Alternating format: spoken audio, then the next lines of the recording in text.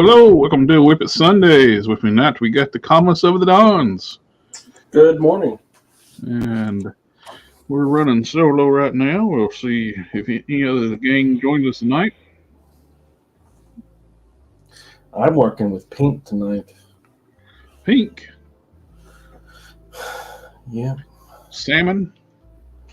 Is it salmon? Yeah, maybe. Kind of looks like maybe like a little salmon. Salmon pink. But if you follow me on Instagram, so I'm posting work in progress pictures of this thing kind of like a Thor destroyer, Thor buster. I'm sorry. And I can't combine them together there. A Thor buster from a destroyer. There we go. There we go. I got some paint work done on the head. I want to see how that gold was going to look with that Inferno red. I like it. It does look quite good. Very crisp. It ended up. It'd be like McDonald's Sprite. Ended up looking too good. Since I'm like, hey, can you make the arc reactor that color? Yeah, there. It got it looking too good. Got extra work out of it. I am doing a quick little kit bash too. I ended up getting the Captain Britain, the long-haired blonde girl. I don't really know her name, so I don't really care about the character. I want the Captain Britain and the mainly, and then Shadowcat's kinda, and this girl from Excalibur. Yeah, wasn't that Robo's favorite character out of that thing? I have no idea. He kept talking about her over and over and over and over again. You'd think I'd remember her name, but I really don't X-Men, man. I am doing a arm upgrade. Now, the figure, it does have like skin paint on top of the shoulders, but I don't care. I'm not going to do that. I'm going to leave it black. Well, I'm taking the black off top of the biceps, so it makes them cut pretty much close, pretty close. The greens are very close, not perfect, but close enough. Hey, it'll work. Box of cans. I'm still working on stuff for my day job. I'm going to put it all up on the TV so I can listen while I work. I was doing the similar thing all day today. What? Started out early in the morning doing stuff for work, and I've been putting off for a while. But, man, if he's listening in, we can't talk trash about him. We have to watch what we say now. So Jesus in the morning. Sector 2813 is here. Evening, fellas. Good evening. Or as I like to say, yo. And so I am stripping paint off this other arm, and quick little arm upgrade. I'm not going to do the legs because the legs are already pretty well about the same shape. You just got pins, and I'm not repainting the rogue legs. Plus, I don't want to crack hips. Like I said, I don't care enough about the character. Good enough. I got a couple of those rogues. We're doing an arm swap. That's easy enough. Not enough to put enough effort into it to actually crack hips.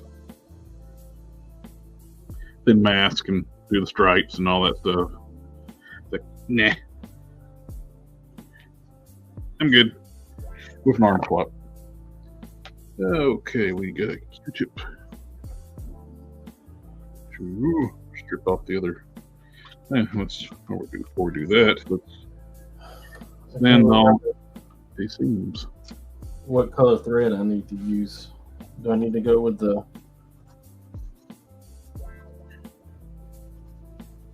fabric color or the? I think it's white.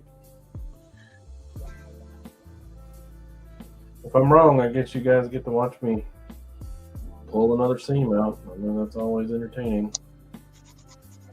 It's like stripping the paint off an arc reactor and repainting it. I hope you learned your lesson and make things look too good. I should have used the uglier gold. Very good. I was going off by the original figure because it's silver, well, kind of pewtery silver on the original figure. That's what I was going off of, and no, somebody says I want it gold now. Yeah, that gold is just too compelling. That is like some of the best gold paint ever. So shiny, fluffy, and nice. I'll do a little bit of edge work, but I'm eventually going to like a airbrush the bigger spots of gold, but with the faceplate, it's small enough where I can get by just brush painting it. And I'll do some edge work with brush too around the lower torso. Even though I did spray the whole lower torso red, there's actually only just a little bit that's going to stay red. The ab section and like the sculpted raised up vertical lines, and right below the ab section, that upside down U or an N shape, whatever you want to call it, lowercase n. The omega. Yeah. The omega symbol. Yeah. The step pyramid, there you go, or whatever you want to call it.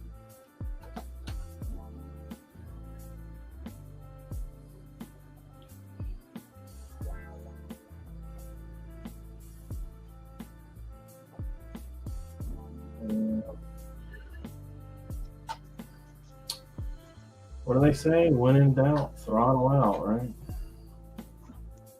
Mm-hmm. So let's just do it.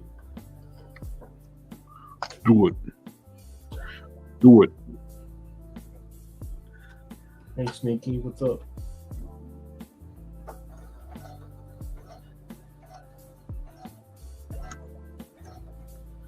King Souls in the house. Can't you with while you work? Yeah, we got. Oh dang! I hope this is long enough. Family, family, family. First family of the night. Hey, right out the gate too, man. Yep.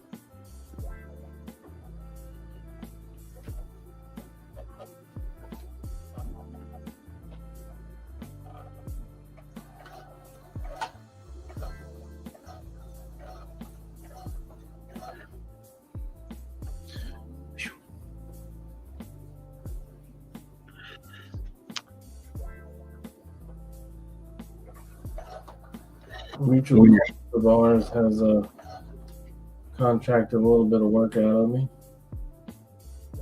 Who now? Yeah, but when I say a little bit, I do mean a little bit. It's going to take me maybe an hour to do all of it.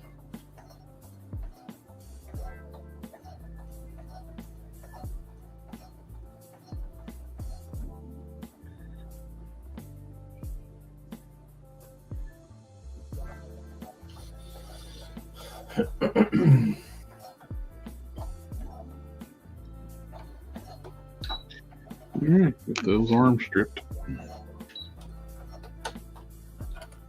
Help! Oh! My bobbin's running out of thread, so I'm going to have to watch that. I think I need iron now. Remember, guys, if you're going to do this, get an iron. Don't need it. Yep.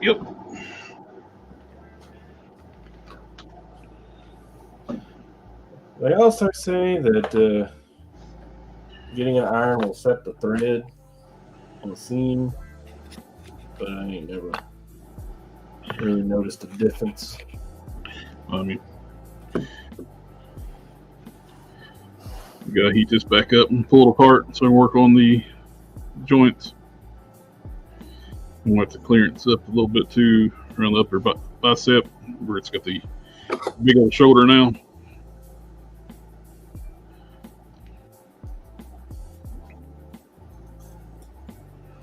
I'm going to touch that torso for probably about a week with the amount of candy coats on there to let it cure really well.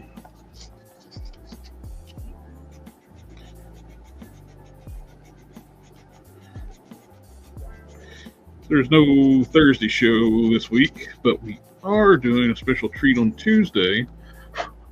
Special treat. Starting the Fan Home 66 Batmobile build. Thing does look nice in the photos. I'll be interested to see it when it's done. Yep. So it's starting at 8 o'clock Eastern on Tuesday. And I'm going to just set it up for all 3 channels. So no matter where you're watching, you will watch that build there. Because I've been wanting to try one of their kits for a long time. It's just fortuitous they contacted me about doing that. They got that Enterprise, they got the Knight Rider, and they got the Batmobile. And there's all the ones I've been wanting to try.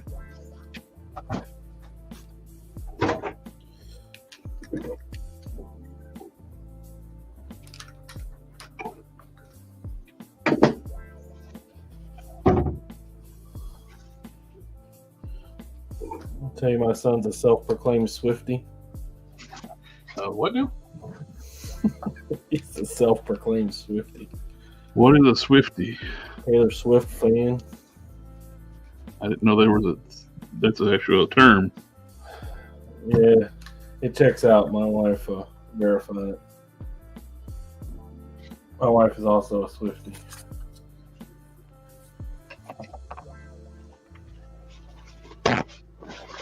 And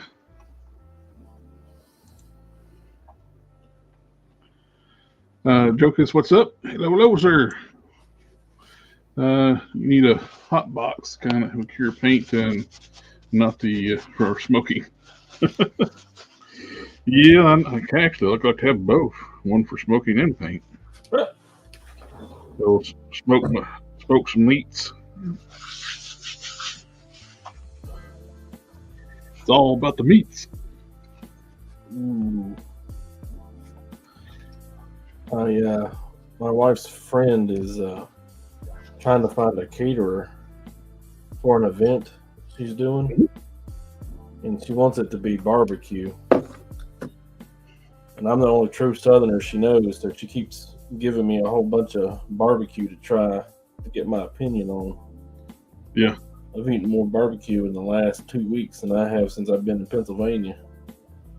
That sounds like an incredible problem to have. I am not complaining at all. Hey, now some of it has been like spit it out of your mouth nasty, but predominantly it's all been worth eating. Well, even bad barbecue is still barbecue. Although she gave me some coleslaw. I ate some coleslaw from today, and man, that just made me angry. I wanted to harm it. Made me mad. It was so bad. It took me forever to ever like coleslaw. I like coleslaw, and the first round that she gave me, it was like really apple cider vinegar. Like you could probably pickle stuff in it. It had so much vinegar.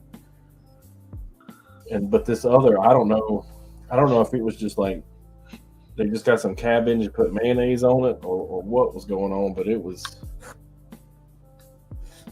not the best.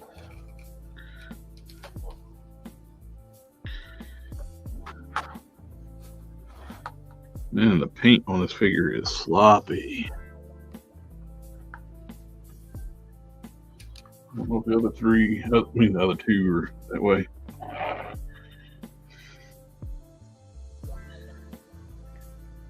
Oh. We can say, what figure are we talking about? It didn't look sloppy to me when I had it magnified 1,000 times up trying to find that drip or whatever you talking about. Well, it wasn't in the picture I sent you. It happened after a clear coat. It like softened up the silver a little bit. And it ran just a little bit. But,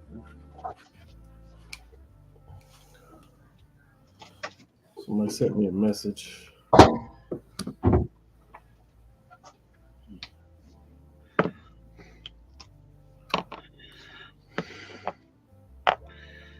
set her to the side, let her paint dry.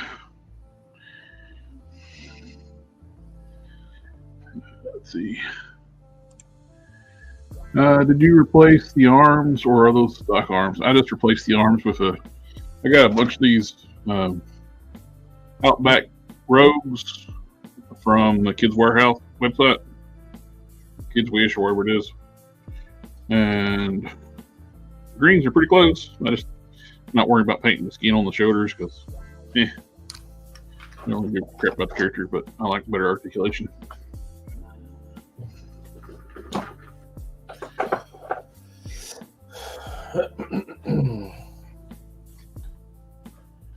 Alright.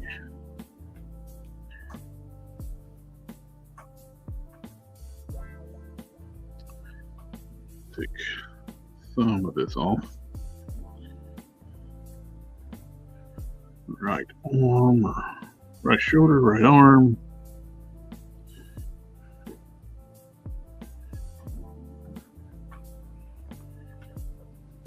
That's a good question.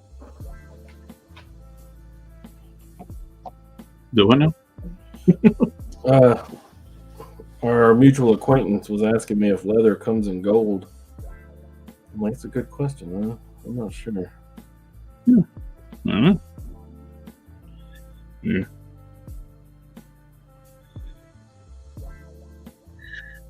I need to take off some of the material at top. This was button up against a little tiny shoulder. Now it's going to be a friction point if I don't take off.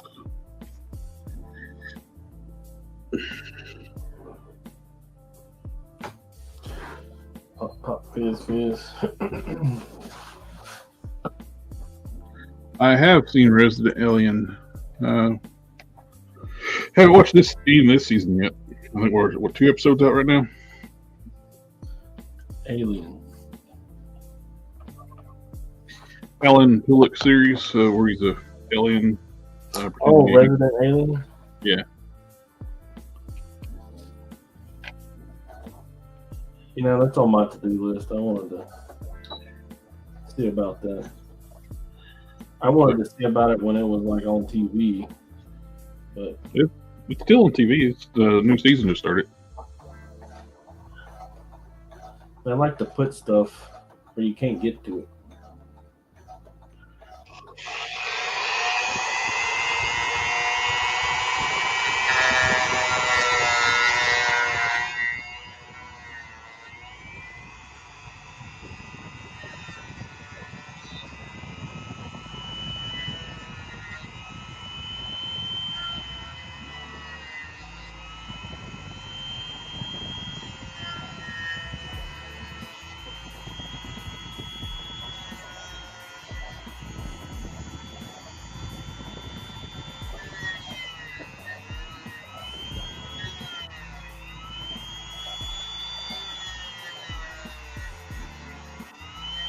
So guys, what y'all want to talk about? We got so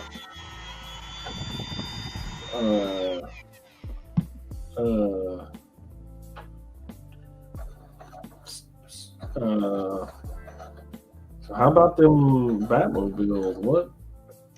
Uh-huh.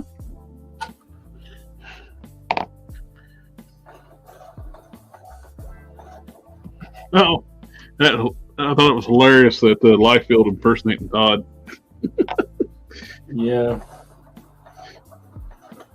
I didn't think they were in an ugly situation. I thought they were part of his friends. Well, but there's some mixed. Nasty.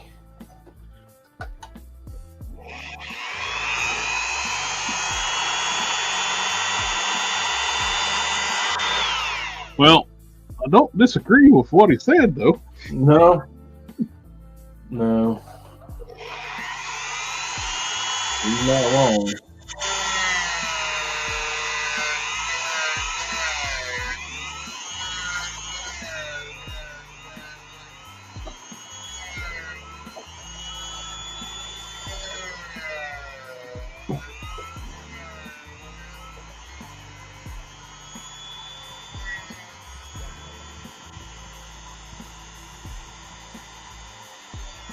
So I think white was the correct color. White thread. Yeah, it looks right. Hollowing out the top of the bicep, not making it any deeper, just taking out some of the meat around it. Oh, So it wants to rub. pick the terrible day to stop sniffing glue.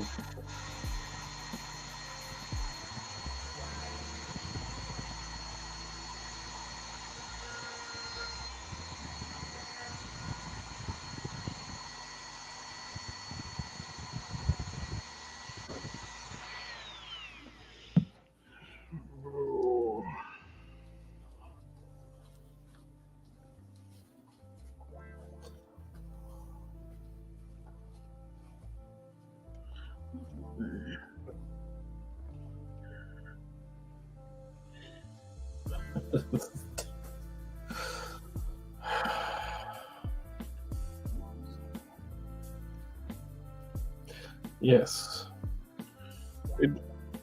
Box Cannon says the like button's not working for him. He tried to like the stream and it didn't let him. I've run into that.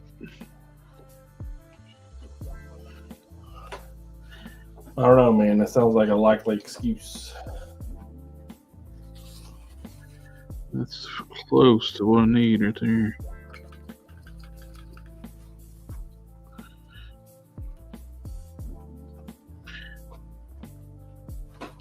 Much better. Now we've gone with the. There is one minor downside with going with these shoulders. The horizontal lines for the segmented armor. Oh yeah, but that doesn't bother me. I like that little V in there. Well, that's not the part of it. Oh. Say. They're off a little bit, like they're kicking a little bit different. Where this is coming down to an angle now from the shoulders straight across. See, they're not parallel. You see? Hold on a second, I ain't got my glasses on.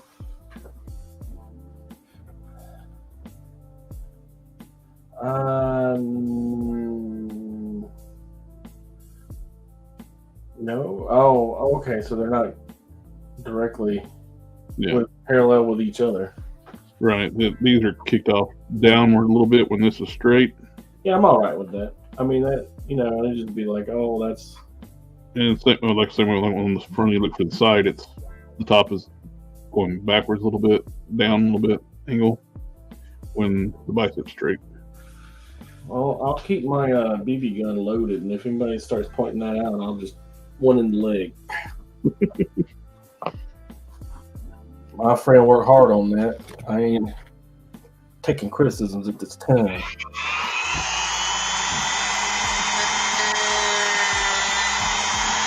It's gonna look like candy when it's done. If that's all right. That is perfectly all Got a right. piece of candy. So that paint, do you buy it at the AutoZone, the auto store? Oh yeah, I stopped by AutoZone and picked it up. I used their filler primer too, and it worked good too. I put a coat of Mr. Hobby primer on, which is a real thin primer. Takes several coats to like cover scratches. The automotive primer went over, it's like they're gone. Let me step away and get something to drink. I'll be right back. Okay. Been here for a long time.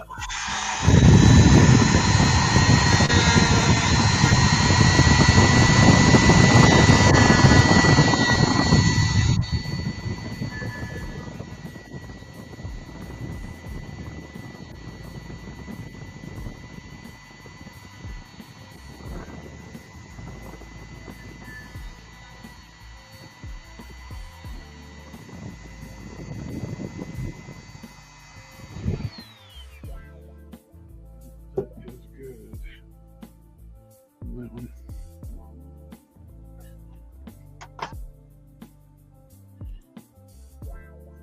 Good evening, Metaluna. And would Kid Omega be a good body base for Blue Beetle? Are you talking about Romea, the Rhiny, the like alien armor beetle, or are you talking about Ted Cord or classic, even older than him?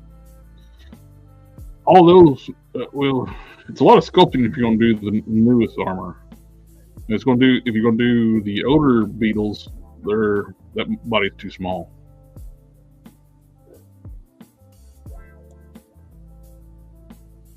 Is the comic Tony Stark head that Geek Fusion used the same scale as the Vulcan head, or is it smaller? Because I want to use it for the Superman head like he did. It's around about Vulcan size, I would assume.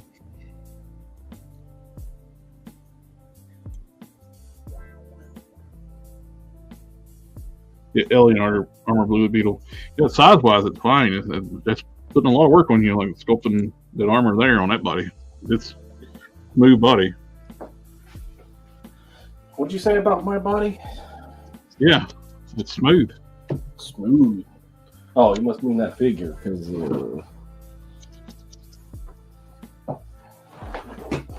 man, let me tell you, it was nice this morning when I got up to go to work at 5 o'clock this morning. No bueno. And it was 23 degrees outside.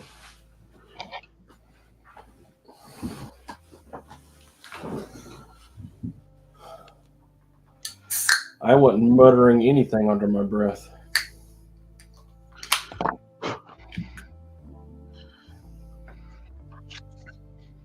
For Tuesday, I'll add you as a admin on the StreamYard. That way you can control chat and stuff. Oh, yeah. I'm going to co-host Tuesday. I'm special. Yeah.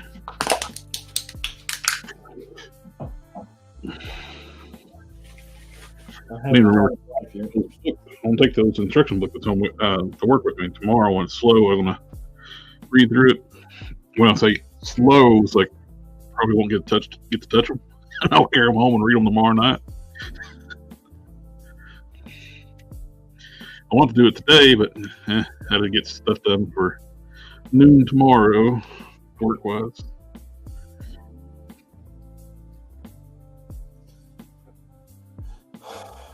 I'm feeling a lot better about this thing.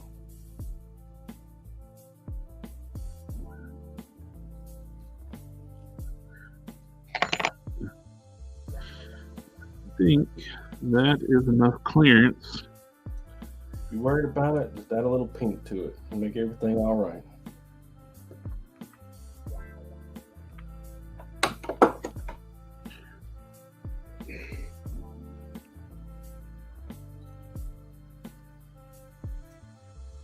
Let me go down a little bit through here.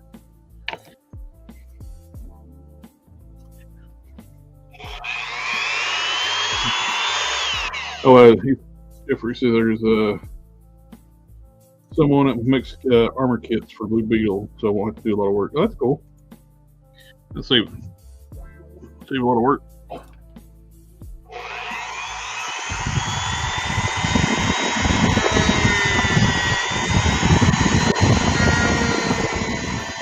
Armor.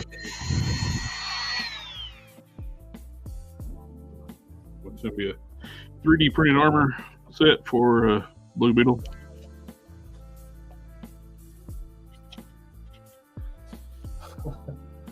I don't have any experience with 3D printed armor kits. What? That don't sound right. You know that thing? There's like 310 likes. Nice. It just won't stop. Won't stop. Can't stop. Canon has single-handedly pushed me close to 150 followers. Nice. And he won't accept any 313. He won't accept any credit.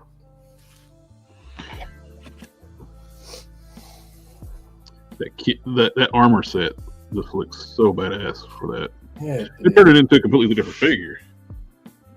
worked out so well.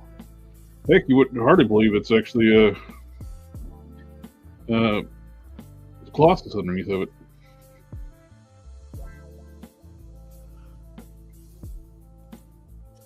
So very well.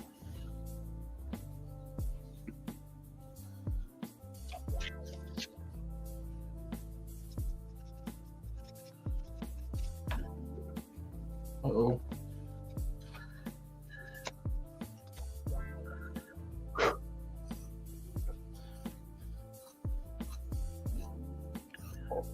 Right. Beautiful figure. We are going to start grinding on the joints, the hinges. In less than a year's time, I'm going to have two of the best looking figures I've ever owned in my life.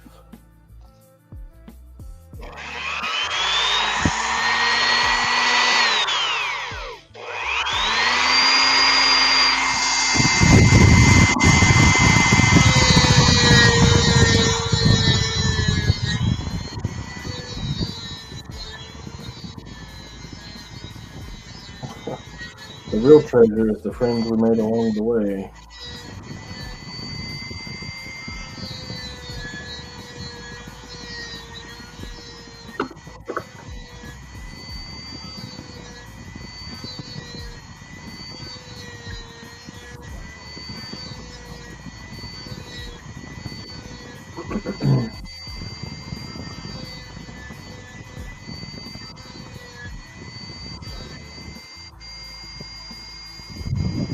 I hate that I can't see the chat. Maybe I can pull it up on my phone and look at you guys there. I always feel disconcerted that I can't see you guys talking to us.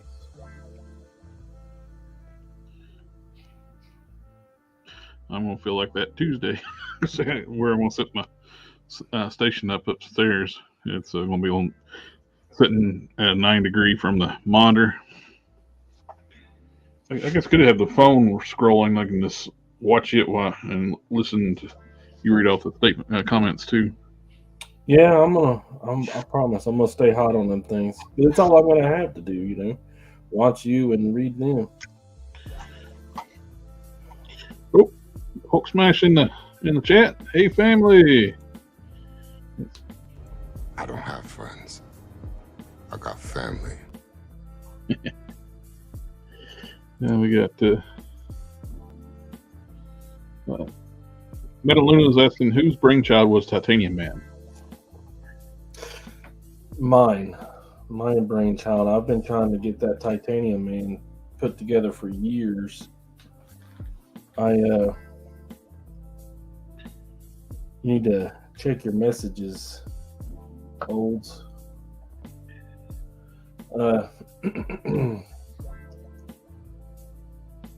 They put out that Marvel Select Titanium Man, so I was covered with the classic.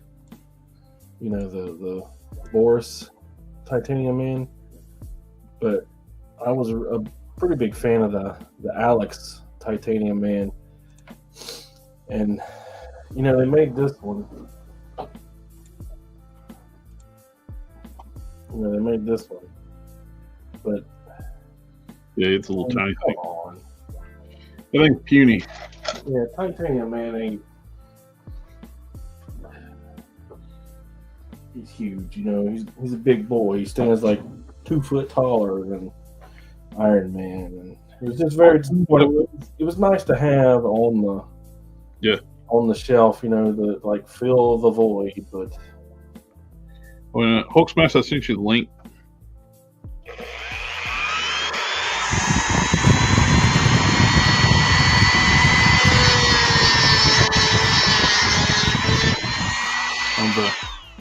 The work for these pinless joints, I take one of these grinding stone wheels and just slowly go back and forth and basically whittle it down as much as I can, articulate it as far as it go one direction, cut it down to be able to have enough clearance for paint, then move it the other direction, do the same thing.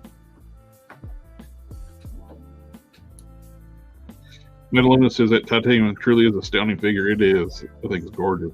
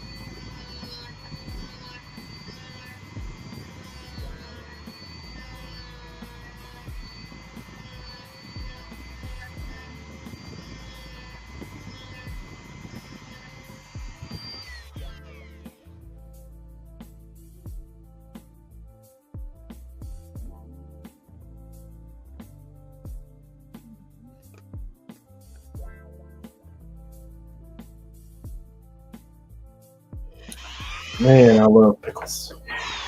Do what now? Man, I love pickles.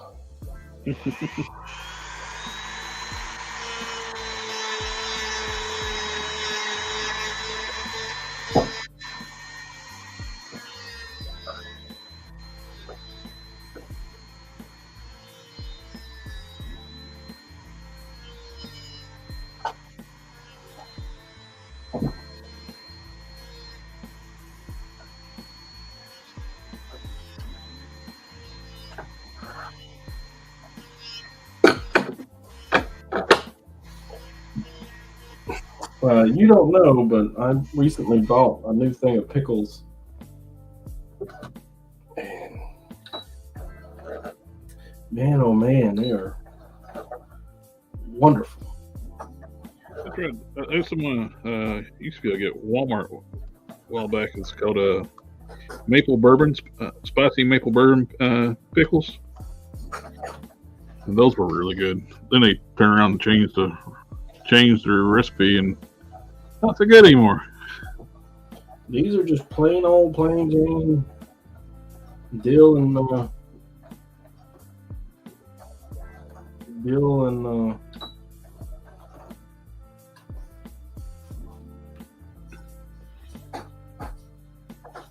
garlic pickles, but they Garlic.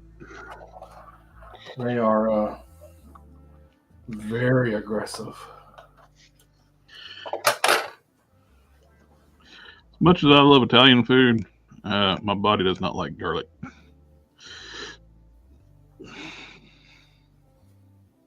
My body. Excess amounts does not do me good. I'd say my intestines don't like it very much. And we'd starve to death in this house if we didn't eat garlic.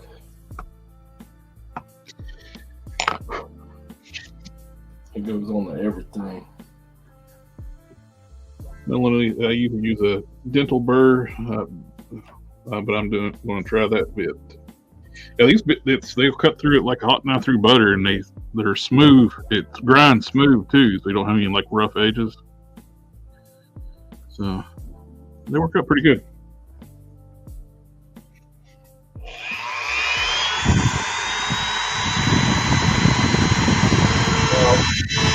Come on, I gotta raise my daughter.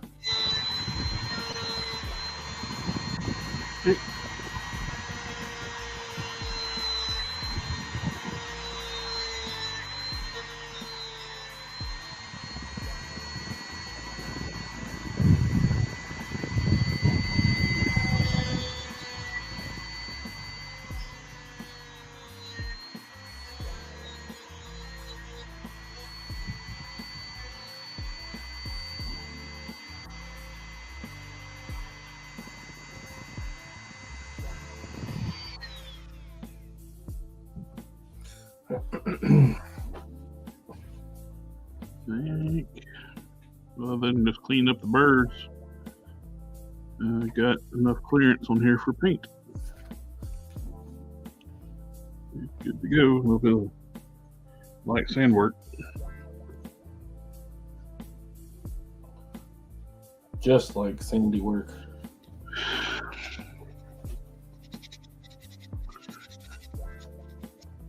Hope my old-fashioned hand-sculpted car paint covered armor look all right for you. You know what? I am going to sticky stick this.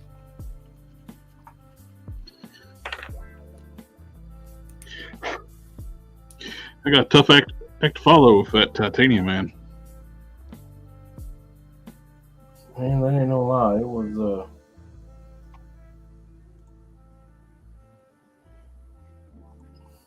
absolutely amazing. Positively. Agreed by everybody that sees it. Hello! What do we got? Hulk Smash is joining us. Oh, saints be praised. I think he's having audio issues right now, so he can't hear. There he is. Hey guys. Long time no see, brother. I know. How's it hanging? You know. Good to see you, man. One day at a time, man. I know. I'm not gonna lie, I was scared there for a little while. You and me both. A week in the hospital is not a good thing. No. I can back you up on that thing. Man, it's like you give up on your own dignity for a while there, you know? Oh yeah. It's when you're in the hospital bed, it's not much dignity you got there. Yeah. You have to go with it.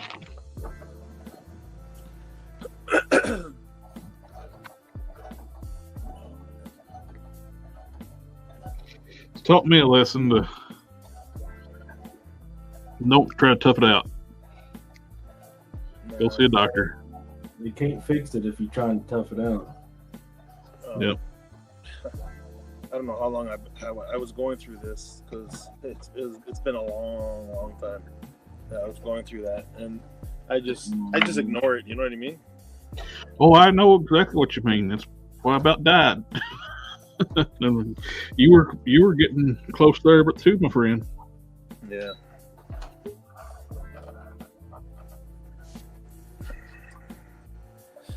Hello. Not what we want. Matt, long time, buddy. What's up, man? How you doing? I'm still alive. Still living the dream. We see, which is a good thing with getting that fluid already. We see less of you right now. I can tell on your face and your neck, you've bled off a lot of that fluid.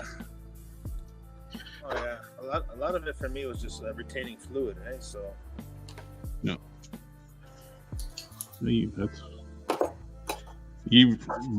Before then, you were risking congestive heart failure with all that fluid. Yeah, and the thing is, I had no idea. But I thought it was something else, the swelling and whatever. I thought it was something else. Meanwhile, it was like fluid. It probably was a little bit of the other stuff too, right? But yeah, you know, like I should be wearing oxygen right now, but I'm just take it off for a little bit, you know. Yep. Yeah. That I can understand.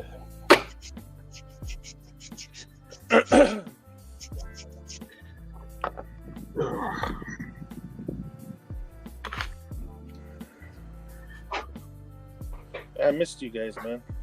Well, we missed having you here, brother. Same, yeah, absolutely. I discussed you off today. Yeah. I'm always checking in on you guys, even through YouTube and whatnot. So.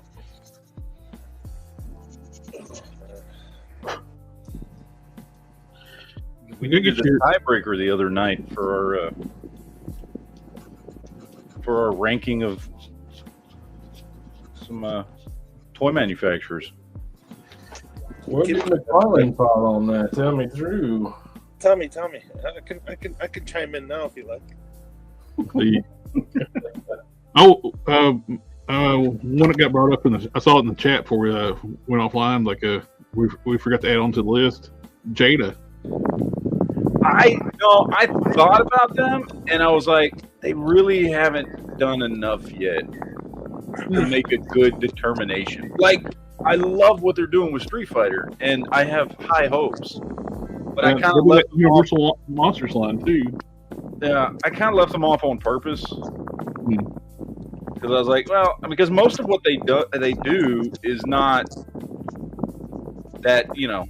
Most of what they do is, you know, Super Mario Brothers, and I know they got diecast cars is what they mainly do. Yeah, and but like when they have delved into action figures with some of those like gaming licenses and stuff, you know, they're different. So I kind of left them off on purpose. Well, withheld. Super 7 I just left off because I completely forgot they existed because I don't give a rat's ass about Super 7. Welcome. Name held too. Yeah, it's definitely not a Super 7 loving chat here. Which, you know, is a shame, by the way, because they have some really good licenses, and if they made good stuff, I would totally buy their stuff. I'm not hating on them just to be like, you know, whatever. Well, it shows too. If you want a Super 7 thing, wait. Hey, Smash. All their stuff gets clearanced out. Yeah. Name withheld. Hopes you're doing well. Oh, thanks, man. Thanks. Appreciate it. I missed the fan. I did.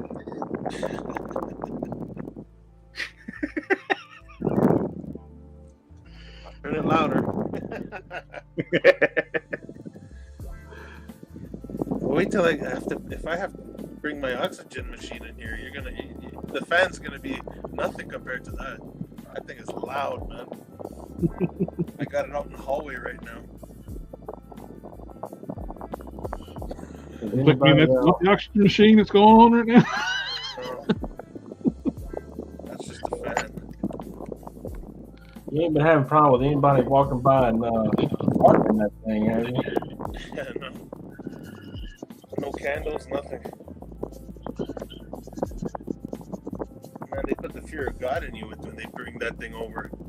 Like, make sure there's no candles, make sure you don't use anything with that Vicks Vapor Rub, anything with petroleum jelly. if like a lot of people moisturize with that and shit, right? If that gets into the thing here, it could block it, and then the thing's gonna end up, the hose will blow up or whatever. And I'm like, oh my god.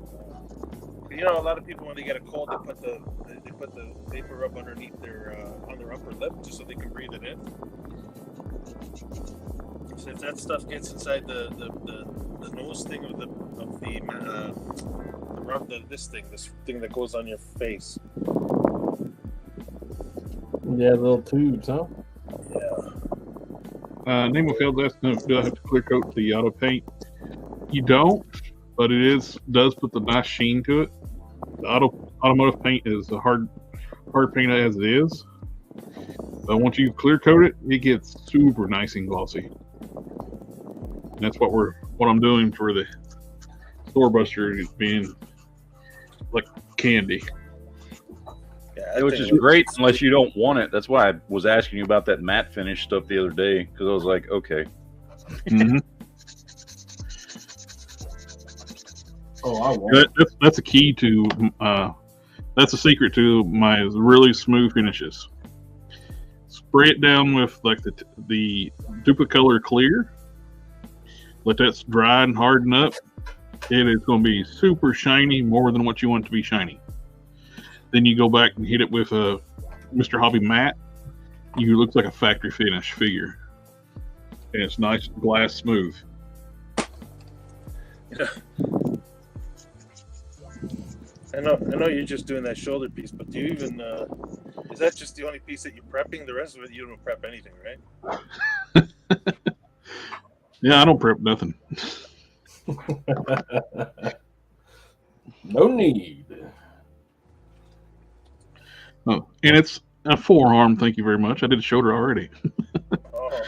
Actually, I have not done the shoulder, and they said that. It's like, hey, Don, when you get it, you're gonna have one smooth arm, and the rest of the body is gonna have paint chips and all that. So. Yeah, no, I know. It's all right. Dude, you know what? He does the best he can, you know. just don't move it when you get it. Yeah, he's gonna glue Leave it it in the static Don't pose. move it. You know what though, man? That's gonna be a sweet looking figure when it's done.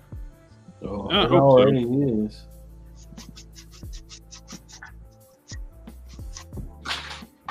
I know a thing or two about owning a Collector Express custom. How many do you have? I got half a shelf. I got.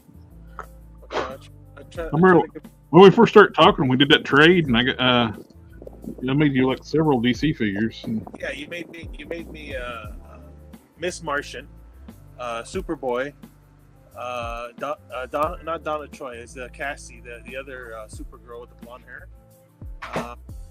You made me Red Hood. You made me Red Robin. You made me Damien. You made me Zod, which you now owning him. Tree Stump says hello. Which I have right here. Yeah, that's the Zod. You know why? Like, I mean, I gotta explain to everybody. You know, it's a gorgeous. Look how it's still held up after all these years. Like, we're talking over 15 years. Something like that. Nothing you buying at retail is going to hold up that long. No, I just start doing a little bit of refresh on it with changing the head out and new hands, and I move the emblem up here. Other than that, it's not really did anything to it. So, you know, the reason why it's back in his hands is because I was looking. You know, I was trying to downsize a little bit my DC stuff since they're not making it anymore. I want to see what I want to keep and what I don't want to keep. And then I was looking at Zod. He just looked out of place. You know what I mean? He looks great on my shelf, but he was just out of place. I said, there's no way I'm selling that thing. If anybody's going to get it, it's going to be the person who made it. So I just sent it back just like that. It was like, you know what? It belongs on your shelf now. Because how long have you been saying you wanted to make one of those for yourself, right? Oh, since I made it. Yeah. And it's like, you know, you never got the parts you needed. And I'm like, okay, you know what? I'm just going to send it back to CE here over here and let him put it back on his shelf. Right? Like, I mean, don't get me wrong. I loved it on my shelf, but it just didn't. I don't know. It didn't go with anything. I don't have. And then I sent you that Superman in the same style. Mm-hmm. Same kind of outfit on. So. Yeah, you said you want more like a classic style Zod instead of the new Krypton. I was going. What? No, the thing is, once the movie Zod came out, I was really kind of like that one, like the Man of Steel Zod. I love that armored Man of Steel Zod. Yeah, I got that one, and I got the one of him just in the black suit. The one that came with the chain, with the handcuffs and stuff, like at the beginning when they sent them to the Phantom Zone. Before they put them in the penis ships. Yeah, those things were on clearance, and I got about 3 of them. Hey there, Tree Stump. Go ahead. What's your question? What do you got? You go right ahead. That's what these chats are for. Like, if you got questions. Just fire away. Anybody's got any questions? Let's go. Yeah, Don, I can't see the chat anymore. So if you need to tell me to zip it for a second, don't hesitate. There's a massive delay for me, but I can see it on my phone here. He says, I wanted to know how to properly make sanded plastic smooth. Well, there's actually quadruple steel wool ways I could think of. I start with different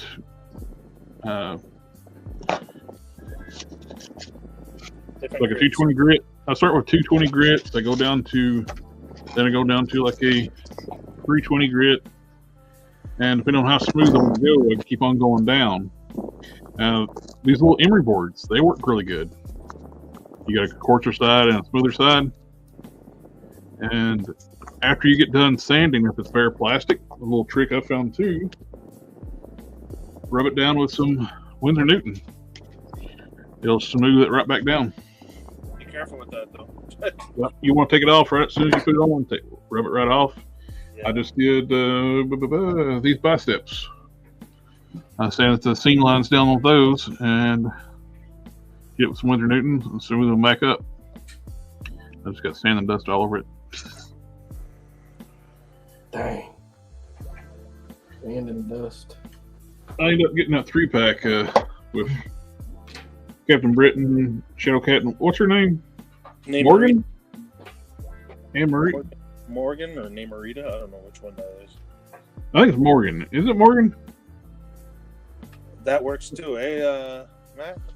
Anything that's not like those emery boards work great on a flat surface, but if you're doing like an area that, you know, with the figures that has sculpt and stuff like that, whether it's the musculature and dips and stuff, this quadruple aught steel wool is probably somewhere around 1300 grit, so it's real fine. It's made, and thank you, Melina. It works really good. The only thing I will say about it is sometimes you have to do some cleanup after you use it because the fibers come off. And so I use a little bit of alcohol to clean the area off after I've sanded it. But this is like, you know, this is after you do what you said, which is, you know, step down your grit on your sandpaper. Mm-hmm. And then if you want to finish the area off with this stuff right here, it works fantastic. Yep. So I also used to clean my chrome on my vehicles with that stuff. Yeah. Oh, dude, I use that stuff for all kinds. I use that stuff for cleaning and customizing and modifying other things that we won't talk about on this channel. And that's where I started using it. And I found it worked really good for action figures. If you with chrome, used back in the day, everybody had chrome tips, and you get your exhaust tips. Actually, let your car idle a little bit. Get your exhaust tips real like kind of warm.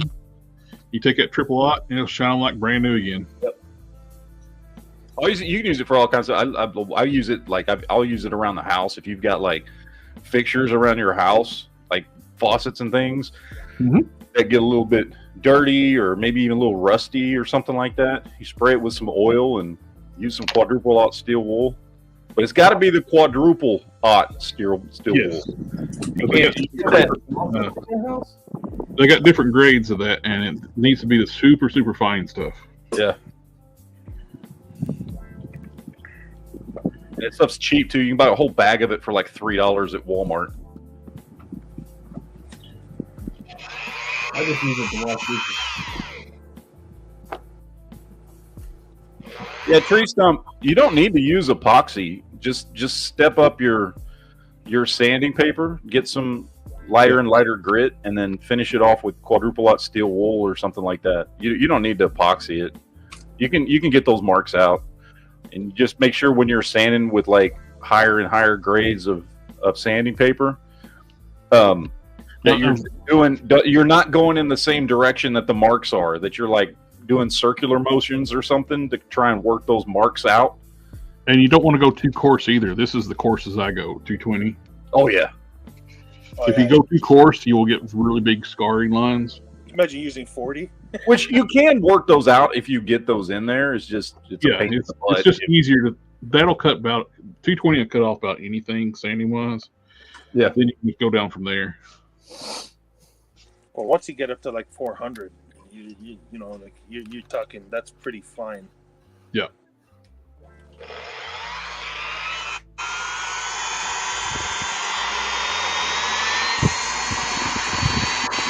Where do you guys like sandpaper at? What now? Where do you guys get sandpaper at? Hardware It took store. me forever to find a place to find that. Walmart. Grits of sandpaper. I just get it at Walmart. Yeah, Walmart. Oh, too. speaking of Walmart, I was going to tell you this, that I don't know, because I've only used it on a couple of figures, so I don't know how this compares to the Duplicolor, but I was going to show you this. I ran out of Duplicolor, so I ran out and I picked this stuff up at Walmart in the automotive section. That stuff, be careful with that. Yeah, what I noticed is it's way glossier than Duplicolor. You got top word on top of that? Enamel? Yeah. It's if you put that on bare plastic, it won't dry. Mine did. Well, yeah, I put it on. I used it on this dude here. I've used it on a couple of figures, and it came out really nice. Okay. So I used it, and I was using it on two different types. So I was using it on the hard plastic, on the PVC, and then like his vest. His vest is the soft plastic stuff. It's not tacky? Not at all, dude. It dried quick. Really quick. That's why I was asking about this stuff here, because that's what I noticed is that this stuff, when I used it, was way shinier than Duplicolor, and I was like, okay, I got to knock the shine off of that. And so that's why I was asking what matte finish do you use? Because I had used this stuff on this dude and one other guy that I was messing around with, and it dried like hard, like, and real quick. But it was really shiny, really shiny.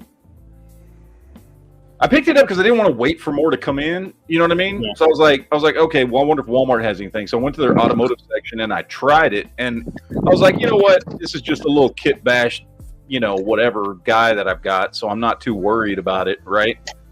Like I can always redo it if I want. And I tried it, and it set and worked beautifully after I painted him. It was just too glossy for me.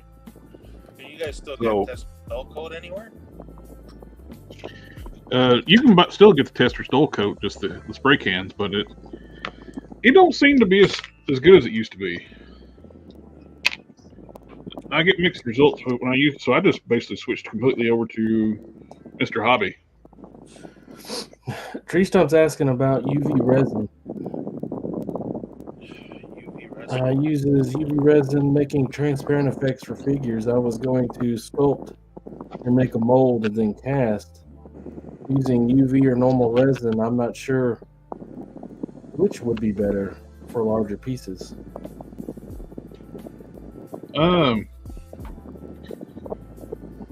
It's really depending what you're not my area of expertise. Yeah, it really depends what you're making. I've only used UV resin a little bit. But it's great for like, I don't know how it would work with deeper molds, but like if you're making push molds or shallow molds and stuff like that, I shared with the guys the other day, is like where the guy was making headlights for a 3D printed vehicle he made. Like he was actually able to like take foil and put like a little divot. Like they had something that had a hole in it, and put a divot in it, and scored it with a sculpting tool. Then he put UV resin in it. He was able to make a headlight out of it, and they look realistic. It was really good. Yeah, So, he did a real good job on that. Kudos.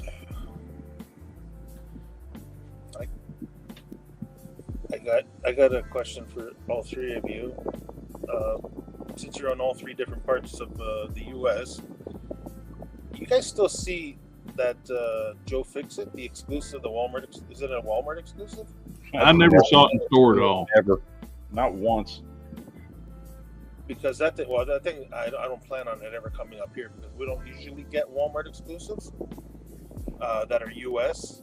But I think I've checked like Amazon, I've checked different stores. I guess because it's an exclusive, nobody else is going to get it then, right? Yeah, unless sometimes maybe like a year or two they'll release an exclusive from a store and do like a mass release, but it don't happen all the time. Yeah, because I've given up, and I keep on just doing a blank search for shopping, and hopefully like a comic store or somebody has them. You know, sometimes they like comic shops get exclusives, but nothing. Big Bad Toy Store doesn't got it. Nothing. Yeah, for right now it's still holding as a Walmart exclusive. Yeah, it could pop up crazy someplace somewhere though, like at Kids Warehouse, and they've got exclusives there too. Yeah, there was stuff like that happening at Ollie's and Ross, where they were getting like Target exclusive crap popping up all of a sudden. Yep. Big Bad got some exclusives too. I saw some of those Walgreens exclusives. That's what I mean, though. If anything, you're going to see them at Ollie's and Ross, and I don't have access to either of those. The Tree Stump, the Craftsman, he is an awesome creator. He does a lot of stuff with resin. I'm not sure how easy it would be to, converse with him about it. But if you would look at his library of videos, he goes very deep into just about every kind of molding you could possibly want to know about. Yep. You know what? He's been getting a lot of mentions on this channel, right? Oh, always. He's I've a lot of techniques I've learned from him, like the how to shrink heads. Using that mineral spirits when you mix your silicone, or the molds to shrink. Big old huge one.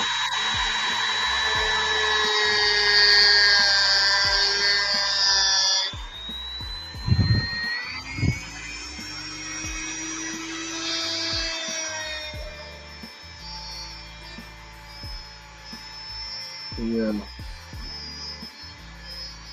He got me feeling bold enough to try and mold it and stuff. But I wound up getting out of it pretty quick. Not something I could really do.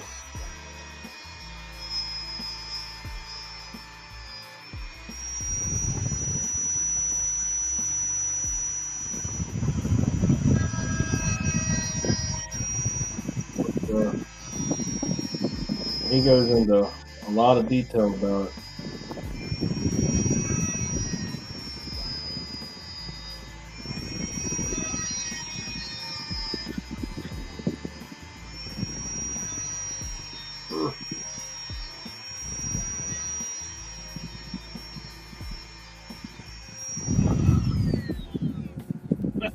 We were talking about it earlier. But also added to it. So.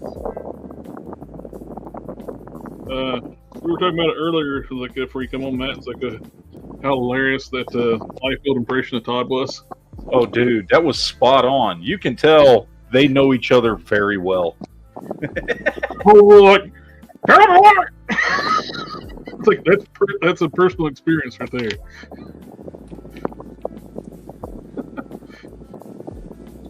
I wonder what kind of bad blood was between them, because like that didn't come off as just like fun ribbing. You know what I'm saying? No, it seemed like he don't like him at all.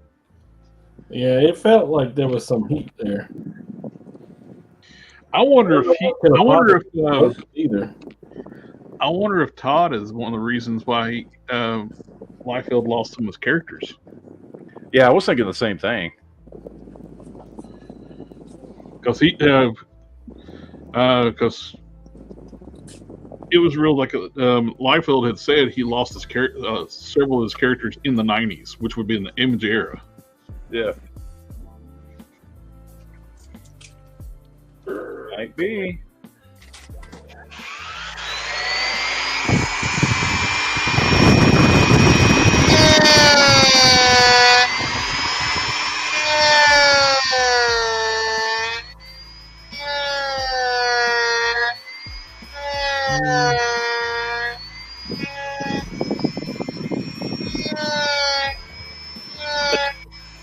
Therapeutic sounds.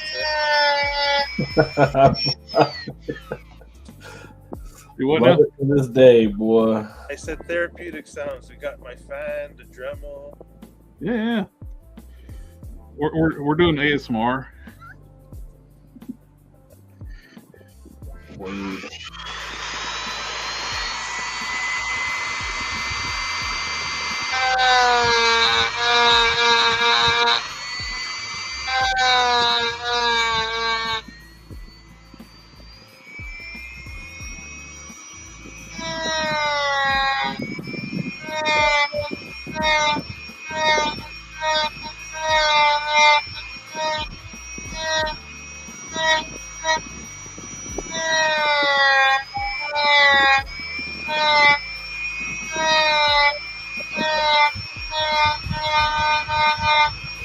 Oh.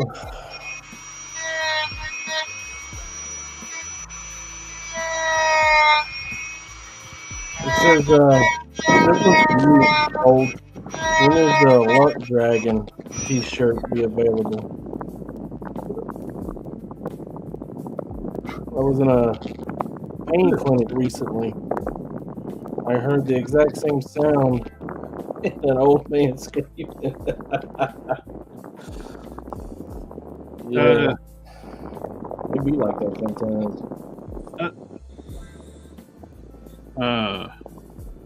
I don't know what it is. Like for some reason, like every now and then it sounds like a coffee brewing. They're coming through the mic. Coffee percolating. Yeah. Really? Yep. Right now, it's very loudly as a coffee brewer. I might want a coffee. Either that or your token one. Better be brewing enough for everybody.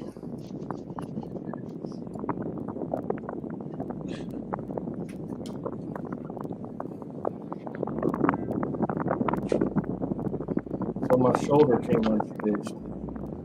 Hanks also was in a pain clinic recently and heard the exact same sound from an old man screaming.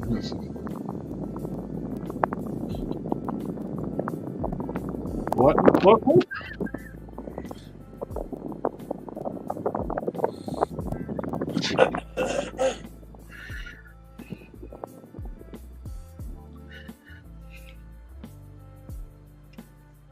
There he goes. Wherever you did, it blocked it off. Oh. It cleared my throat. Maybe because I wasn't talking for a while. I think when you talk, it muffles out the background noise. So I gotta talk more then. Yeah. Yeah, usually I just put something between the camera and the fan so it can't blow on it. Oh, actually, the fan is like literally right in front of me because of the way I'm sitting right now. That's why. Okay, you know what? I'll shut it off for a bit. Jeez, you guys, I just come back for the first day in what, almost 3 months, and you're already hassling me, eh? Hey, it wouldn't be part of it if we didn't hassle you. Exactly. We don't want you to feel like anything's changed or anything. No, nothing's changed. You know, We love to hate each other on this channel. But yeah, I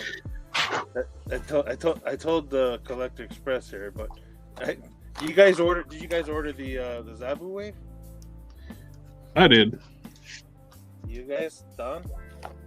What? The Zabu wave. Marvel Legends, what, Zabu? Oh yeah. I haven't ordered it yet. I just got I'm kind of done pre-ordering crap. You know why Iron Man. I thought about that too, but you know what though? I guarantee you, you should rethink it if you really want a few of the figures, like Cable and Wolfsbane. Those two are going to be hard to find. Who's the other one? The third one that I think Kazar's going to be Kazar, one. yeah, Kazar. Those three are going to be hard to find, eh? X-Men stuff, for some reason, X-Men stuff is hard to find once Well, look at what. orders are done. Well, look at that last wave with the Void Wave. Yeah. All those, they're currently sold out everywhere. If they got them, they're marking them up to double the price. Yeah. So here I am thinking I'm going to pre-order those three, and then probably play the waiting game on the other. But see, when I get my wife to order for me, because if I'm driving and I tell her, okay, do me a favor, order this for me while we're in the car. But she's like, which one do you want? I said, just get me these three and I'll do the waiting game for the other one. No, I'm ordering you the whole thing. So the reason why she does that is because I don't want to hear you complain if you don't find the other ones after. Smart woman. She's awesome. And the one I want the most is that Icarus, man. Yeah, Oh, Icarus. really? Good. You know, the arms and legs would be good for Icarus, Matt. That Superman you were wanting to make with the Doctor Strange cape. Oh yeah. I find that hard to believe. You know, there's an Iron Man in that wave. There's an Iron Man in every wave. No, Isn't it mandatory just about having an Iron Man? You gotta have no. an Iron Man or a Wolverine. They ain't had an Iron Man in a wave in a long time. I don't know what you're talking about. I think every wave that's been out the past The wave. two of them. Wait a minute. The wave that's currently at retail is the MCU, and it's got an Iron Man or two in it. And you had the mindless one had an Iron Man in it. The only one that didn't have an Iron Man in it was the Void Wave. The Void Wave. See? The last Iron Man toy I bought was the Heroes Return Iron Man, I believe. I haven't bought any for a while. It says, is anyone selling on eBay? I typically don't sell any of my customs. Nope. Not high.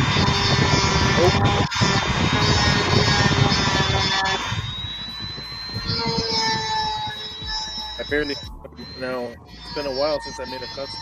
I'm not gonna sell on eBay. I mean, I don't sell customs on eBay because nobody would buy them, but I do sell on eBay. I just don't sell. I sell stuff I don't want anymore. I don't sell my customs. Period.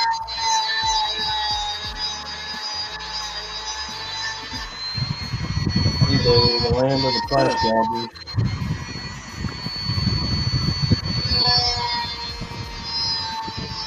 Yeah, Which I understand, you know, you got to make up those 40% in fees they charge you. The only thing I ever do when it comes to customs, I'll make it for myself, my own collection, or if I want to give a gift to somebody, stuff like that. I custom for friends, but eBay's gotten so crazy with their fees, and Yeah. even if you're just trying to sell stuff you don't want, it's hard to do that to not lose your shirt. I mean, Then they want to treat everything like you're a retailer when you're selling stuff on eBay.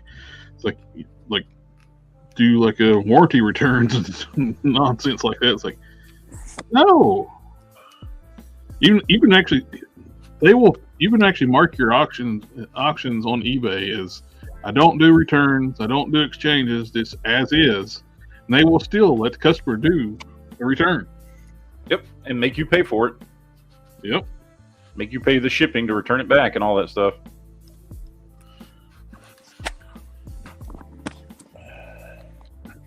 They're very buyer-centric.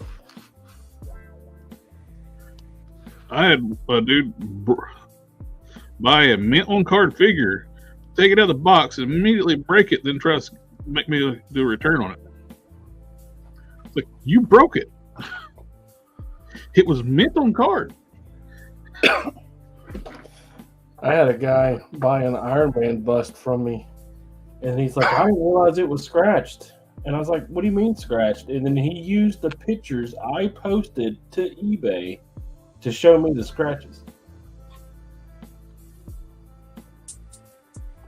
And I still had to refund him.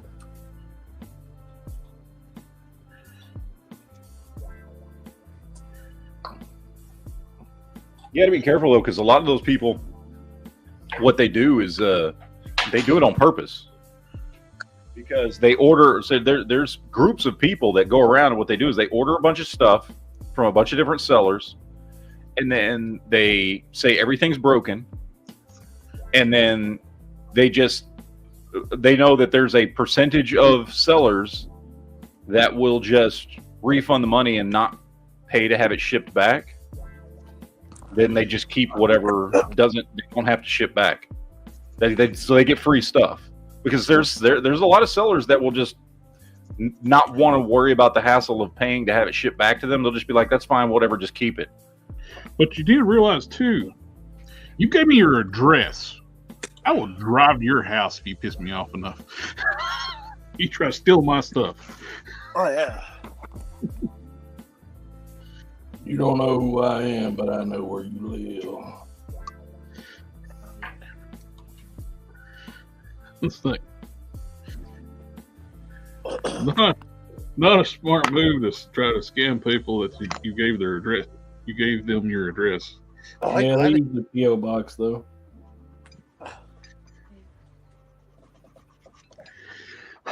Now I have canceled sales too, and everything seems in the past when it seems fishy, and I just cancel the transaction. Or ain't worth the risk. Or make sure to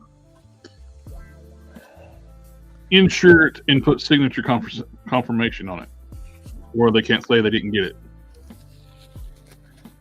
I've had that happen with one where a guy was willing, had an auction going. It's like he made me an offer for double the going rate on a transformer, like a vintage transformer. This is weird. I was like, but he sent me the money. Like, all right, I did a insured and signature confirmation. He signed for it. Then lo and behold, it's like, oh, I didn't get it. It's like, well, you signed for it. Somebody signed for it. There are other options other than eBay. I don't know which ones you are aware of, but there's Mercari, there's Etsy, there's Amazon, but all of these are gonna hook you up with some fees and stuff for using their platform. You can always go to Facebook groups. That's where you get your biggest or least amount of fees from. You can sell on Instagram as well. If you buy off anybody on Facebook, pay goods and service with PayPal. Do not ever send anybody friends and family. You said the word. I did.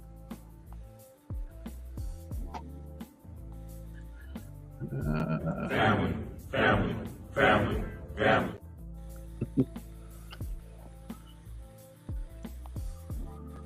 I canceled a $3,700 3090 King GPU and selling on eBay due to the being shipped to a small shack in Alaska. Yeah, I don't blame you on that. That sounds very sketchy.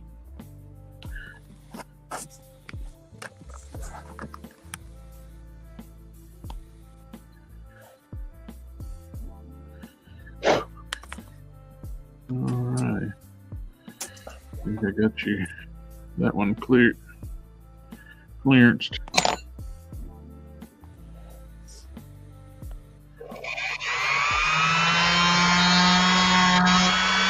How many things does it take to...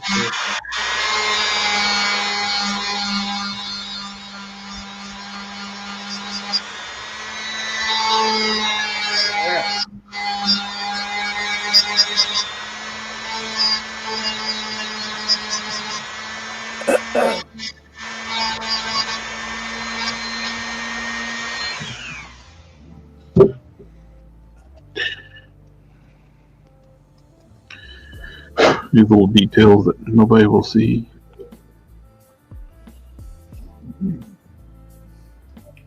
Only important to the professional.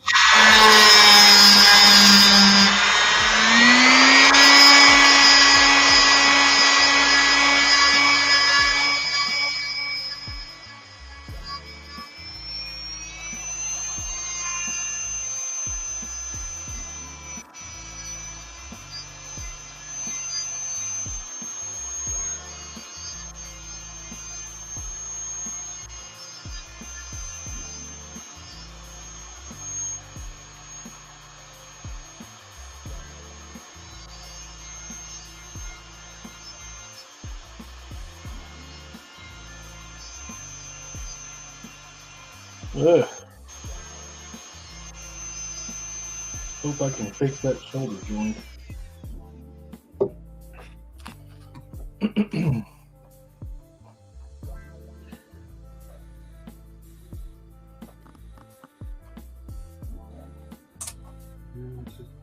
Basically deburr. It is done.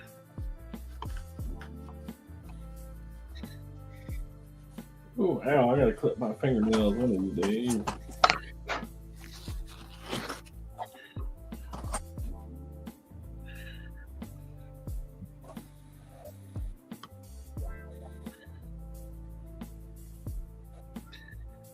That one.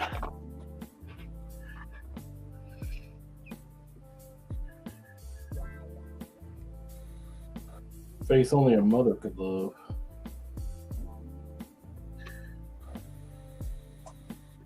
What is it? That guy right there. I'm taking a picture of it, send it to my guy, and Hank Solo's asking you what figure that is. it's a mythic legions goblin of some kind. I have a friend of mine. He is that way about them as I am about skeletons and Iron Man. I'll be right back. And he has quite a few, and he wanted me to make him some random stuff here and there.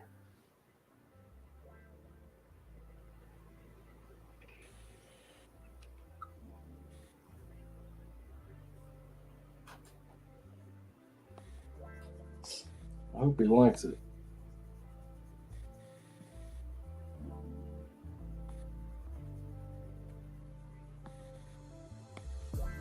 It looks wonky because of all the spiky protrusions.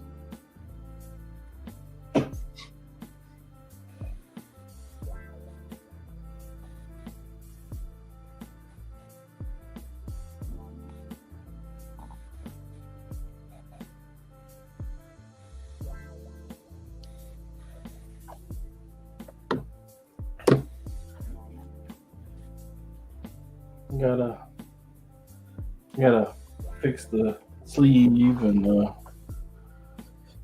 do something with the cuffs. I'm not sure. Everybody just leave Don talking by himself. Yes. Don't worry, I talk to people on the phone all the time. I know dead air is terrible. Guys, want to hear something funny? Always. Yes. You owe me $10 if I don't laugh, though. Okay. So, no, I asked you guys a question earlier, right? Yeah, about the Hulk, right? Joe Fixit. Yeah. Yes. So Modesto just messaged me. Our buddy Modesto.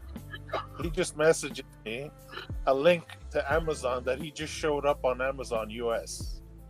So if you guys want him, he's there. The what now? Yeah, Modesto just messaged me, and he goes, look, he goes, you want it? I'm like, it's gonna be too much, like, the conversion from US to Canadian plus shipping for me, it's gonna cost too much, right? I'm not gonna pay that much for a figure. And I checked yesterday, there was nothing. I checked today now after he shows me that.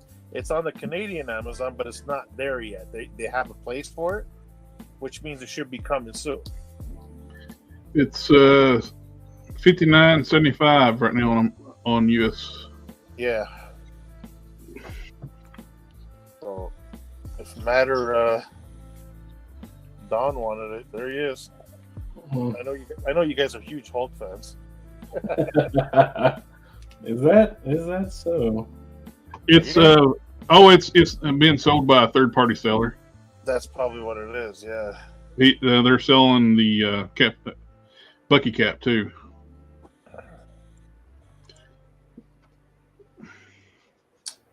I might be interested in the Bucky cap, but I like it. It's a great figure. be that as it may, I don't really have a lot of attachment to the character, and if I ain't got attachment, I ain't got room, Yeah. Tree Stump, what's your favorite customs, and do you mostly make customs for yourselves? Mostly for myself and my buddies here. Everything I make is for myself and for my friends. I don't make anything outside of that. Yep. No, nobody but me would want my customs, so that's not an issue. As for favorite customs, My customs I can't give away. Before recently, I would say Prime right off the bat. I'm kind of leaning toward Bruton right now. I love that one. Yeah. Original character. Good. Really I'm cool. gonna have to hand you to you. I'd say pretty.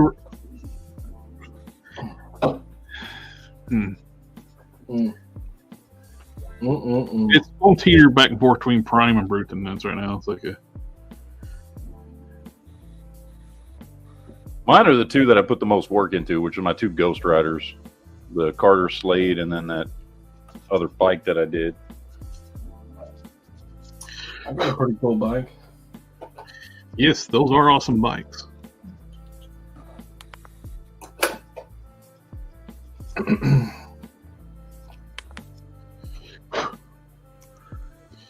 And Only I could get it out of my butt and make that Ghost Rider figure.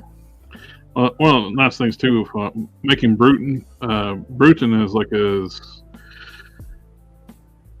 wouldn't have been possible without my friends here too. It's like and our friend Gary over in Scotland, he sent me the Maestro legs and a lot of parts he sent me. That kind of kicked off the inspiration to start the project. My skill set's grown enough where I wanted to start tackling my original characters. And I was like, I had that Ursa Major torso kicking around for a while, and those arms.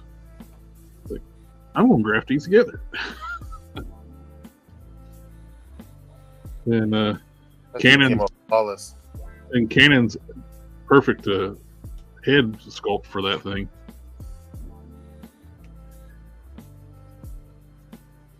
The real treasure is the friends we made along the way. And Don made the belt. Yeah. Accidentally. Yep, it started out for a Hulk I was going to make, and I was like, ended up not using it for the Hulk. And I was like, hey, that'd be perfect for my character. It's already fitted for a Hulk. And I contributed absolutely nothing. Well, I did tell you to use the rhino feet. Yeah. That was it. That's all I did. And I was a support. I was a support along the way.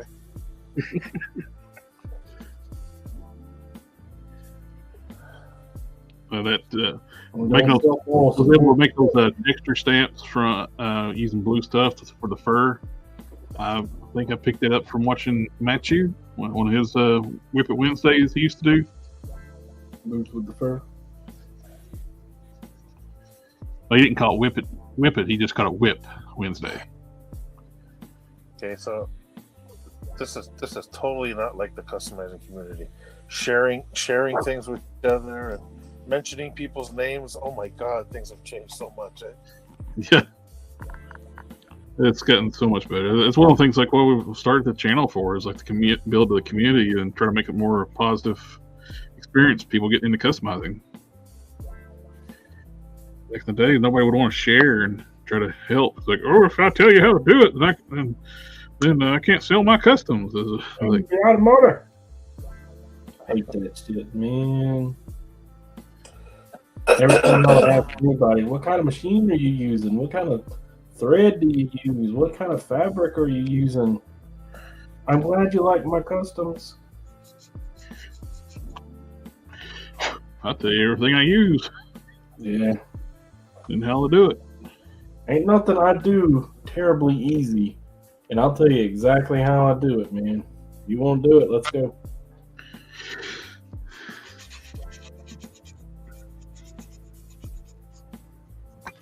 I'll help you in every way I can.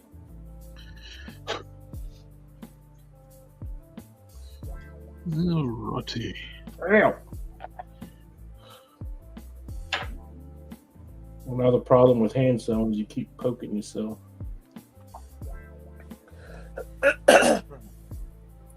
Giggity. Not that way. The not cool way.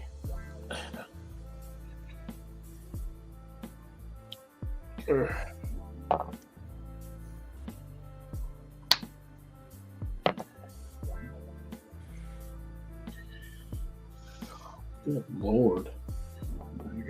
You know what I forgot to do?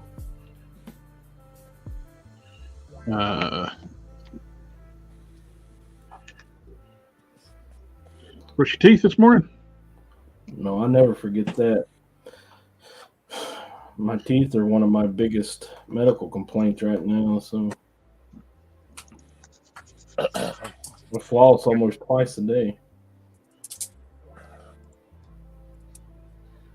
I knew one of the customizers who liked their customs, and when I did ask for help, and he was rude. Glad I met you guys, and you're all amazing. Thank you, sir. And we try to help what we can. Yeah, don't even bother with those other guys.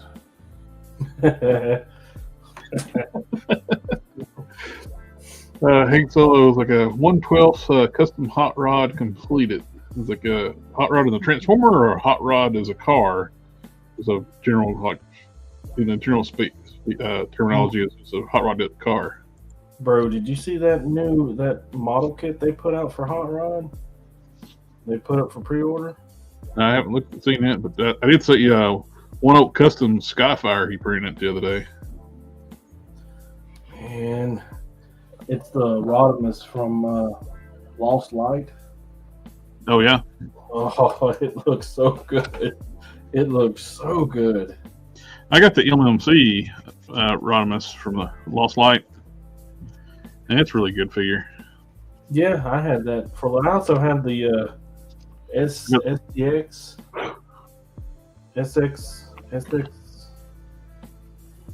Yeah, two companies come out at the same time of IDW style Rodimus figures.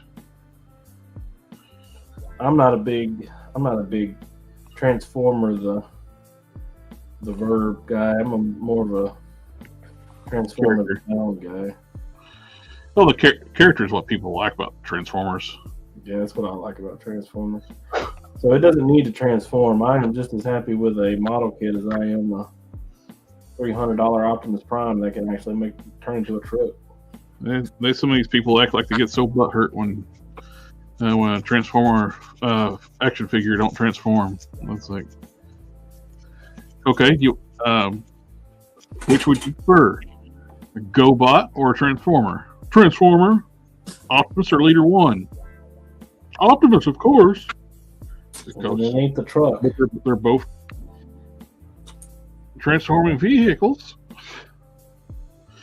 If anything, Leader 1's it's probably got a cooler alt mode since it's a jet, a fighter jet.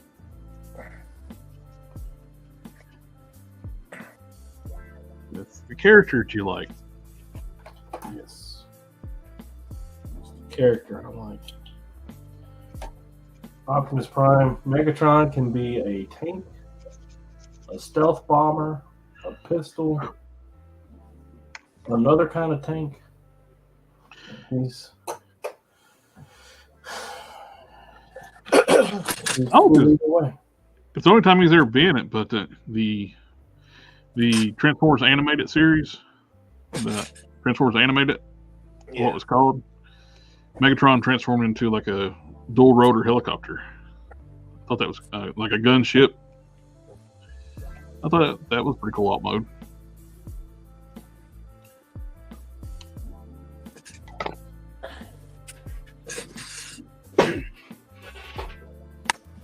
I just never got the fact of how he turns into a gun.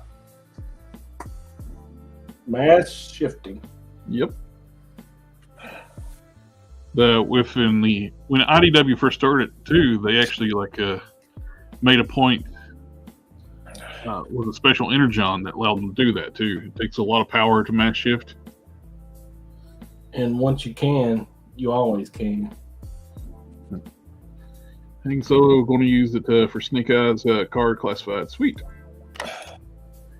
Adrian, evening. Hope everyone's doing well. I was looking for part 3 of how to make a Black Heart from Venom and couldn't find it. I can supply a link to a part 3. I have to look. See, it's been so long. Like sort of the channel started. I can't remember. I think I started. Did I work on that one live stream afterwards or no? It's been so long ago. I can't remember. I know I did a couple tutorials working on it. Man, I barely remember that. I remember what you used to make it with. Man, that was a long time ago. Yeah. Kyle, Collector Express, any recommendations for a good paint and have you tried to graphite powder on gold finish? When I put it on gold, it kind of makes it look like it's a bronzy look. It doesn't form it real well over the top of gold.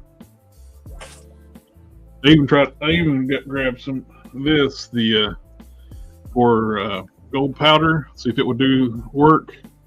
It's for like tinting resins, and it don't work like the graphite powder, unfortunately.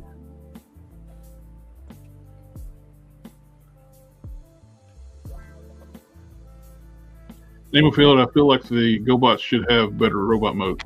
Their robot mode sucks, but their vehicle modes were nice. They had terrible robot modes.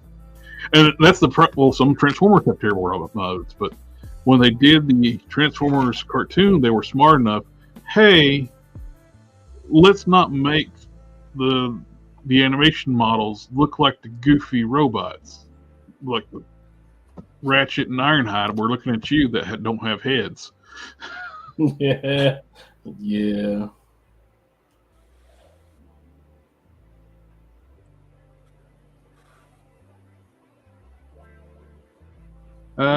Adrian said I couldn't find anything on how to attach the feet or tail. Can't remember if I did that offline or on screen. I have another one I need to build. I can put that on my list to do, and I can go through the process of how to attach the tail, which I actually was wanting to try something different with the tail maybe this time. So, I don't think you finished. I don't think you finished it online. Like I may have not. I did it offline, I guess, before we did the live stream stuff. I don't remember. Yeah, I don't remember seeing a finish to that one. Jeffrey Torres, that there is, and I know exactly the one you're talking about. So there is a DC Direct Superman head that kind of looks like Buzz Lightyear. It's got the round chin. I do remember that one. Is that the one that came with the flag? I don't know, but I know the head sculpt.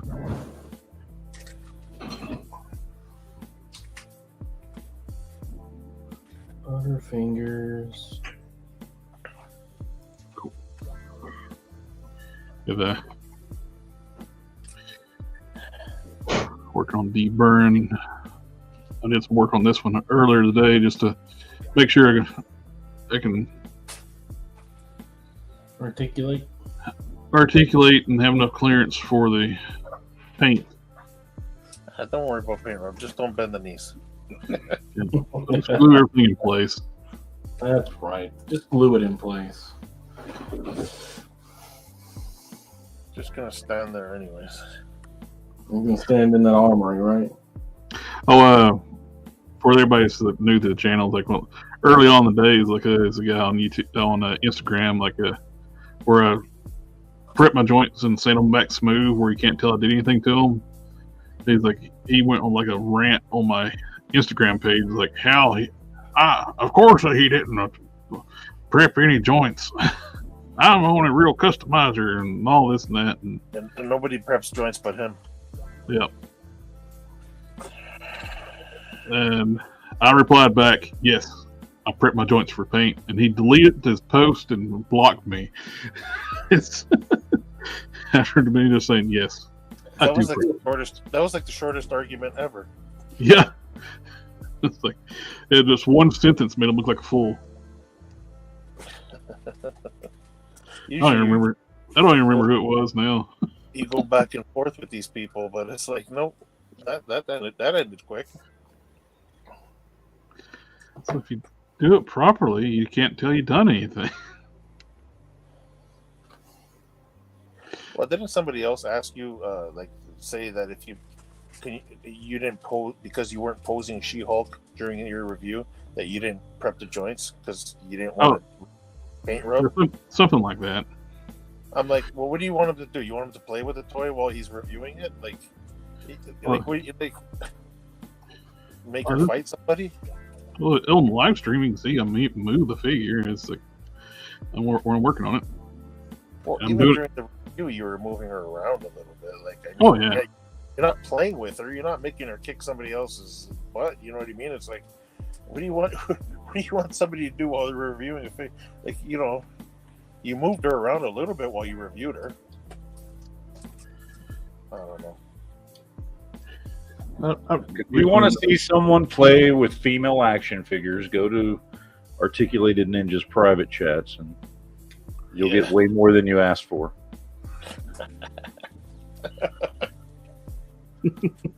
Shots fired.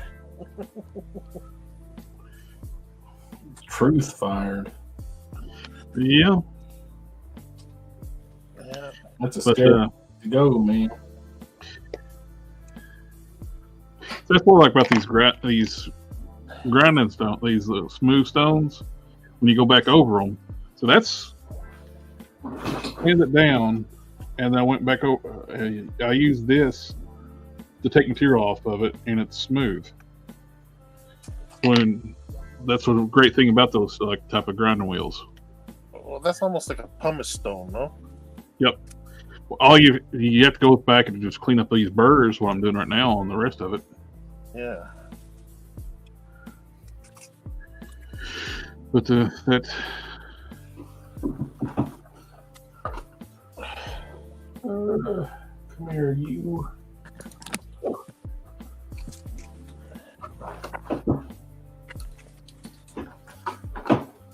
Somebody put something in Discord.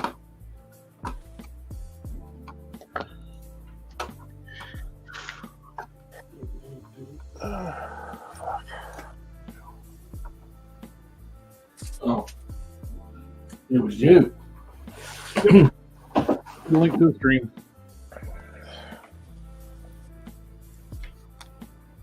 I was actually thinking about using NECA Alien feet for Blackheart feet, which those will work too. And these will actually work pretty good too.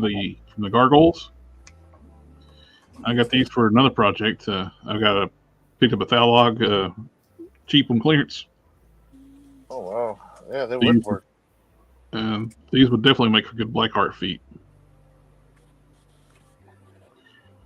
And I got the I Does bought it. Blackheart have any brothers? And we got the big wings.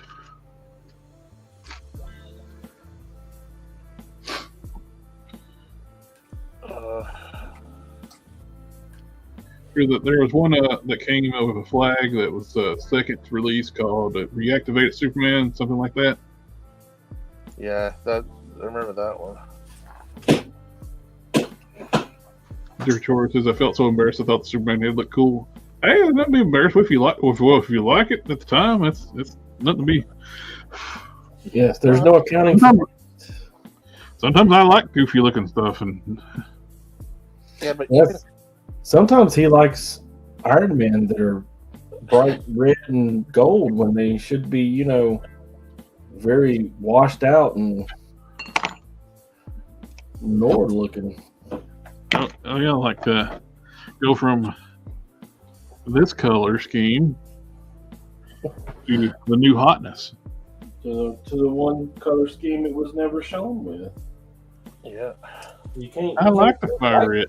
You know, you just like them. I picked the Inferno red anyway, so we're going with that. yeah, but you know what though? If you think about when you think about Superman, even like with the animated, they've always drawn him to have like the big white jaw. You know, what I mean? It's, I can see how Buzz Lightyear, you know, he looks like your typical Boy Scout. You know what I mean? So Superman, he's in that category too. You know, big chiseled jaw.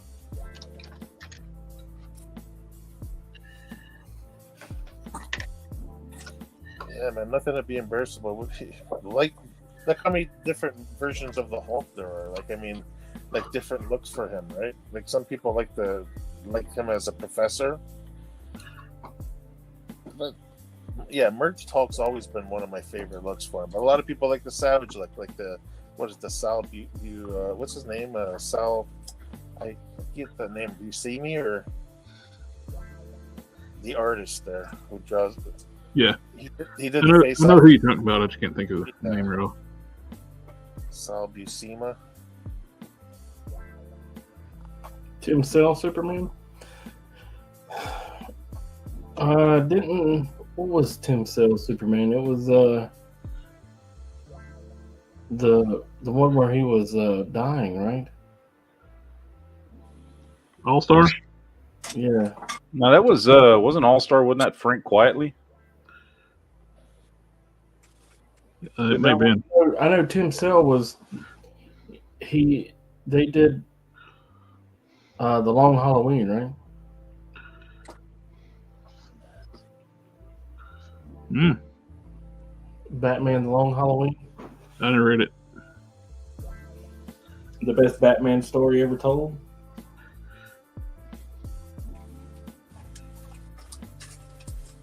I'm not a Batman. I'm not a big Batman reader. Me either. One could even say that I think he's Papa's blowhard that is punching way above his pay grade. In a world where they have Iron Man suits, a multi-billionaire with a tech company chooses to fight crime and street tactical outfit and not build a suit, seems stupid.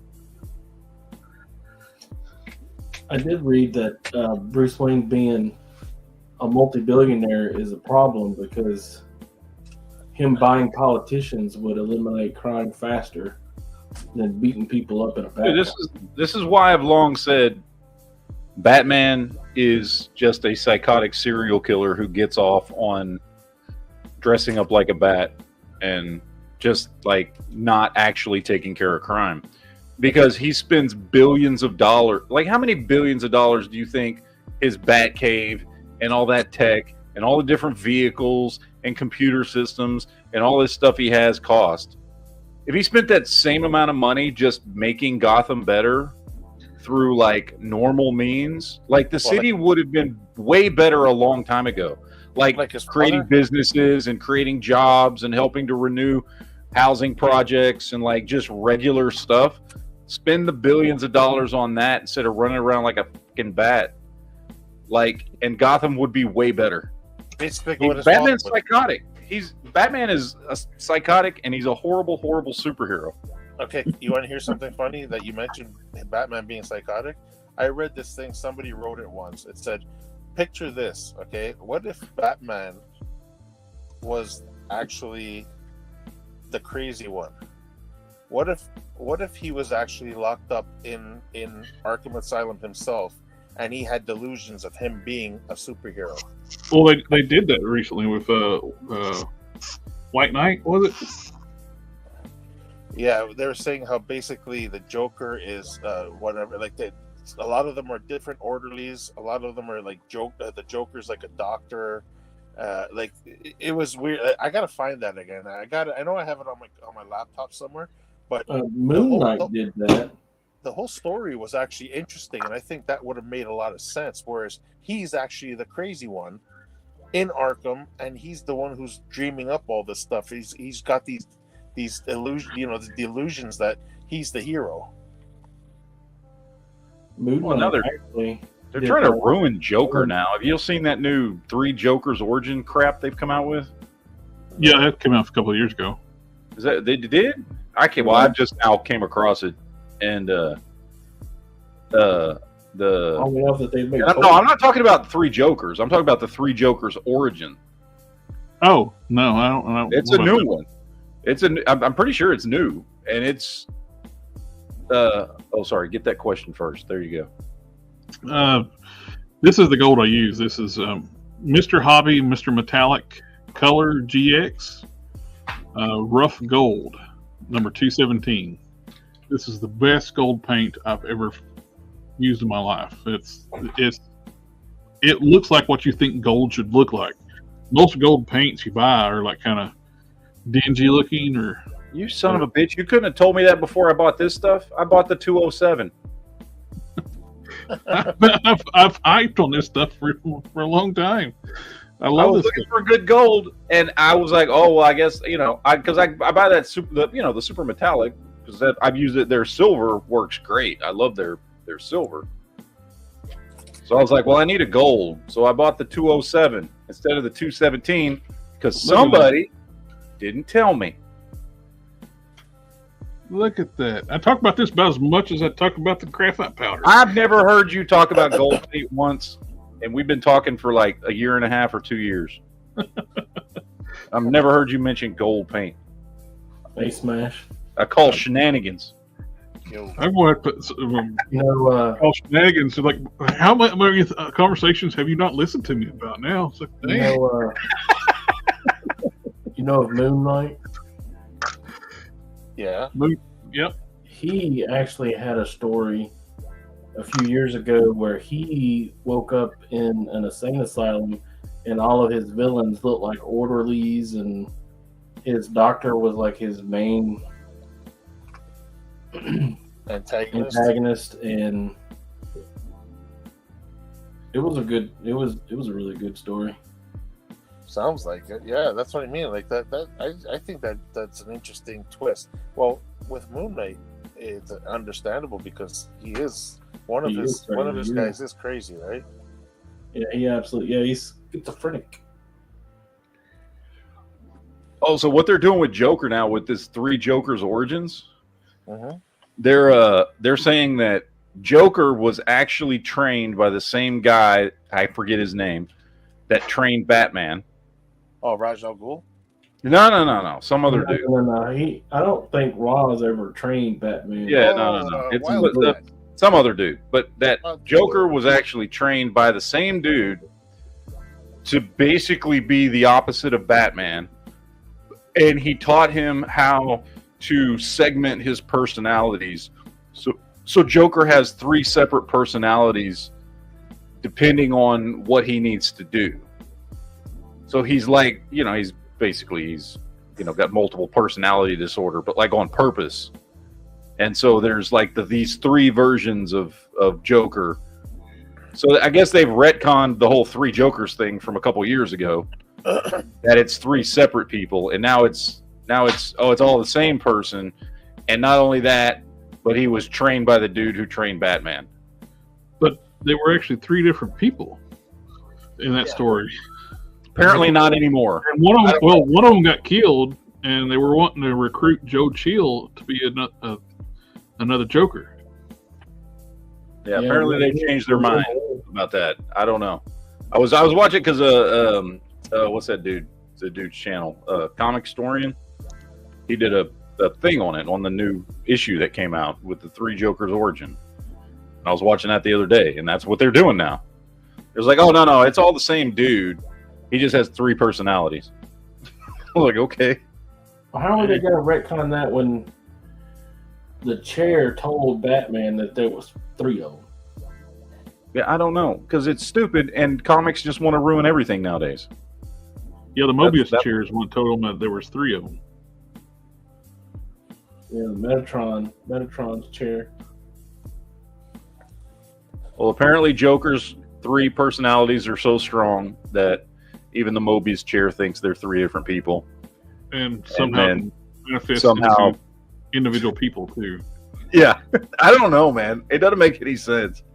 I don't know. I think Joker is one of these characters, and these characters are few and far between for me, because I like good explanations of character backgrounds and where they came from and stuff like that. But Joker, to me, is one of those characters who is best when he is simple. He is just insane, and he is the anarchy to Batman's order. And that's it. And you keep it simple, and that's why Joker's always been one of my, like, he's my top 2 comic book villains of all time, him and Dr. Doom. Because it's simple. There's nothing to him. They gave Wolverine a backstory, and he got less interesting. Yeah, the only thing I liked about I like the only backstory Wolverine where I kind of stopped caring was after Marvel Comics Presents, right? Like, we learned just enough about him in Marvel Comics Presents, right? I don't know if y'all remember that back, Weapon X, Marvel Comics Presents, which was like 1989, 1990. I'm talking about like James Hewitt's. But that was enough where we get to see a little bit of the story of how what happened to him at Weapon X, right? We didn't learn anything before then, but we learned what happened to him at Weapon X and how he escaped. I was like, okay, that's cool. It was a great story, beautiful art by Barry Windsor Smith, right? And then they just kept more and more, and then eventually they made him a lupine. But then they retconned that and said, no, that's not true. And they just, some characters, just, you don't need to be that complicated with it, right? And sometimes the mystery is good. And with Joker, there didn't need to be a lot to his backstory. We don't need a big complicated backstory for Joker. We just need to know that he's absolutely psychotically insane, and he has a mental boner for Batman and just wants to be the anarchy to Batman's order. That's all we need to know about him. That's all he has to be. He doesn't need to be more than that. I don't need to know that he doesn't need to be, it turns out he was actually trained by the same guy that trained Batman. Well, why? That's stupid. Why does that need to exist? So they get too it's like, what it is, I think, is it's these people, because we don't, and I don't read comics as much as I did back in the 80s and 90s. So I'm not trying to knock everybody, but when it feels like, especially with comics becoming mainstream, or at the very least comic characters becoming mainstream because of movies and television shows and everything like that, that everybody and their dog has jumped on the comics bandwagon, and these people are not Chris Claremont, okay? And they never will be. And great comic book writers who wrote great stories and great characters, these people that are writing comics today are not them and never will be them, and want to try and do something. They want to try and do something. Oh, I'm going to do something cool and neat and new, and I'm going to put a spin on Joker or Wolverine or whatever the hell it is. He's giving ideas to DC. It's terrible. They want to be. It's like, dude, you're never going to be Chris Claremont. I'm sorry, you're not going to. Stop trying. Stop trying to introduce something significant, especially in DC, who's just going to change it in a year when they retcon the whole thing. I read that story too. There's a story where Batman's crazy and Alfred's all his villains, and Batman eventually ends up getting killed when a thug actually shoots him. A bug? Some Thug. Lucky. Oh, A goon. Well, I'm okay with that because I think Batman just needs to die. But Only when people think movie adaptations are accurate to, or the accurate ones than the comics, it's like, yeah, they'll try to tell people that's been reading comics for 30, 40 years how things actually are because they watch the movie. yeah. You know what though? Last time I looked at Batman, he was broke. Nightwing has the Wayne Fortune Fear State or Future State, I think was the name of the storyline. But yeah, he broke. No money. It's funny about what Jeffrey just said about people thinking that the movie adaptations or whatever. Well, you take a character like what's his name, Lex Luthor. A lot of people look at the TV shows and like whatever the movies, and they make Lex Luthor out to be just like a smart guy. You know what I mean? Rich and smart, and that's about it. When technically, a lot of people, you gotta understand, Luthor is in tip-top shape. He can kick most people's asses that don't have powers. You know what I mean? Like he's trained as well as Batman. Yes. yeah, he can give Batman a run for his money very easily. And On top of that, he's not just smart. He's like the smartest man on the planet, and not just in a business sense, but in the fact that he's one of the most genius level scientists and engineers in the DC universe. Yeah. Exactly.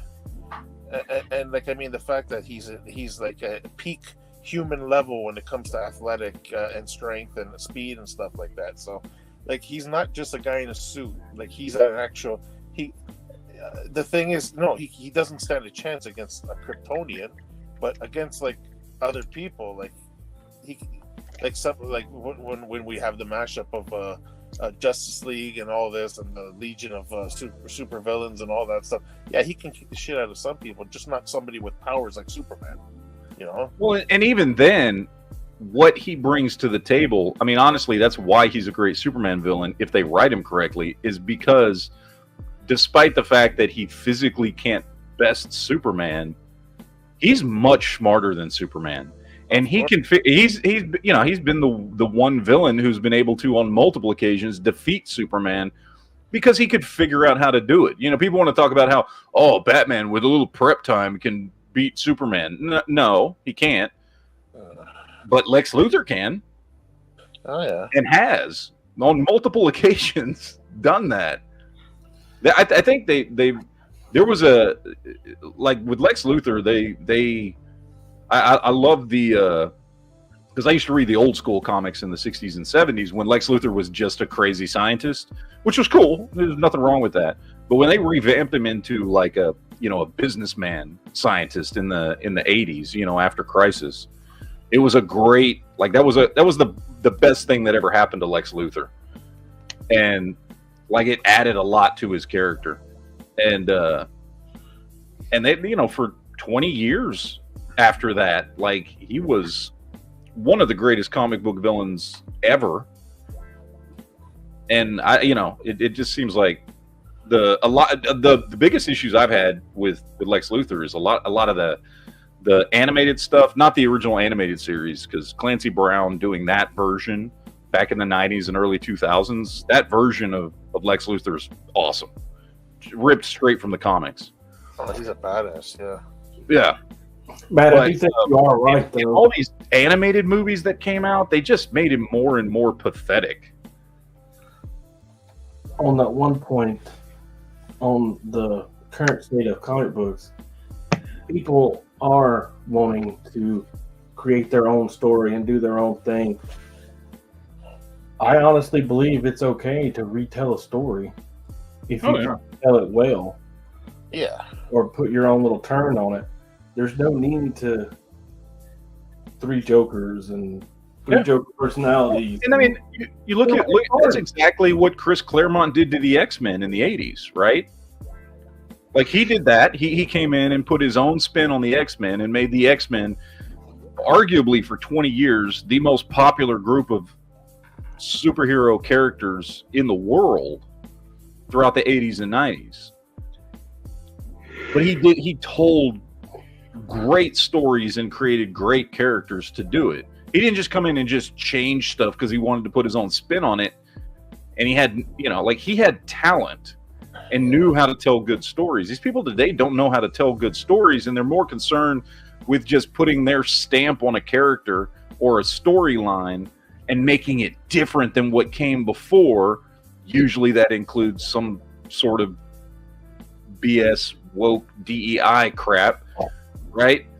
But they don't, these people that are writing comics today, most of the stuff that I do occasionally read, mainstream Marvel and DC, is trash. It's not good. It's not good storytelling. They're just changing stuff for the sake of changing stuff because they just want it to be different. Like, oh, I don't want to do the same thing that the people that made these characters great did, so I'm going to do something different. Oh, well, good if it's a good story, but it never is. It's just trash. Well, the big thing too, a lot of them don't want to write superhero comics, and they're writing superhero comics, but they don't write a superhero comic. Yeah, they want to do like manga style stories.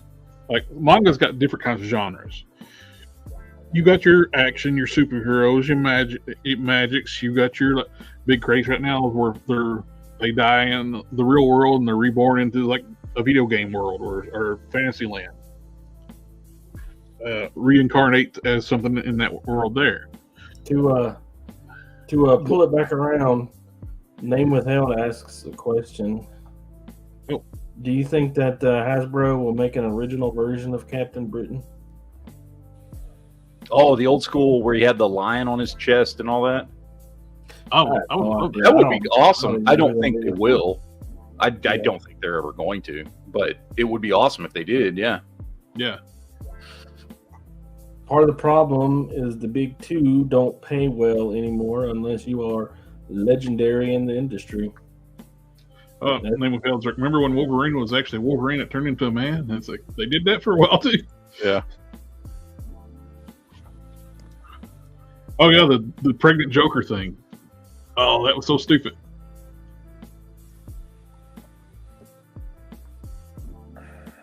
Legendary in the industry is absolutely right, but that's true in every job ever, anywhere. You're not going to figure out unless you build, or do you think using the Hercules body? This is not a bad build. This is the young Thor. Yeah. Well, first used like on the unworthy Thor, and then they reused it for the young Thor. It's got Hyperion arms and legs, but with an all new torso. I like that build for Captain Britain because he's a big, beefy dude.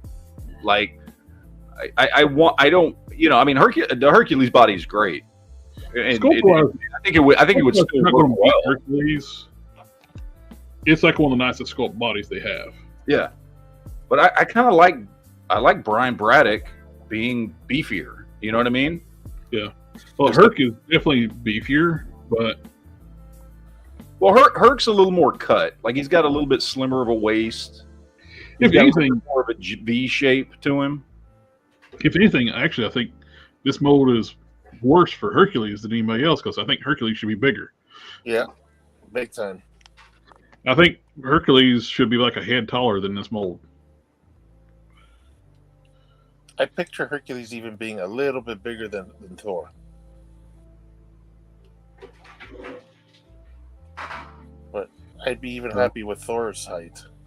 But this is for them wanting to repurpose those Hyperion parts. This is not bad. It's a good size build. It's a beefier body. Well, at least the torso. The only issue is the new knee with this knee combination they got. They won't go straight.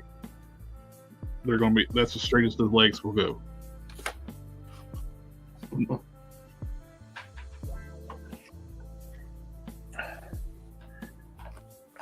Oh, you want to hear something?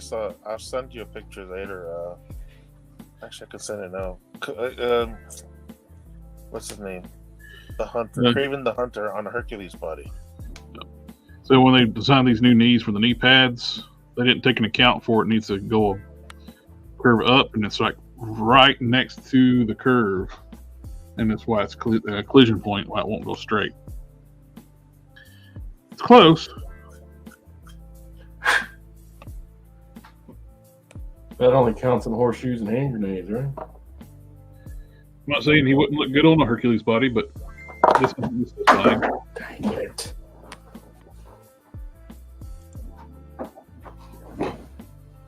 Now, what I would love to see on the Hercules body is a traditional Wonder Man in the black and red outfit. Didn't they just make a black and red Wonder Man? That's the safari jacket. Yeah. Safari jacket. I don't know why everybody loves safari jacket. I think the safari jacket looks stupid. But they love that safari jacket for some reason. A bunch of people do. I think it's just like they like it and they don't even know why because they're told to like it. Yeah. Because you got the same thing like people like, if they make a merged Hulk, he needs to have bunny slippers. And it's like one book, he wore bunny slippers. They think he wore bunny slippers all the time. Well, to be fair, Optimus Prime only had that energy axe in one episode. But every toy comes with it now, though. Every single toy gets it. There was no Matrix accessory, that's fine. until the movie. But if they do make that, yeah, there you go. Looks pretty good, eh? Yeah, it's just a part swap right now, but yeah, definitely. He put the rest of the stuff on there. It looked really good. Find a nice set of combat boots or something like that. Get the lion head on them. Yep. Or the lion. Yeah, my Craven Hunter has cankles.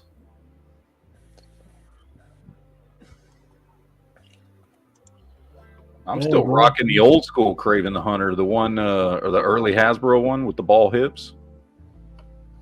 No, I got the one out of the 2-pack with the black Spider-Man. Ball hips. I think it's ball hips.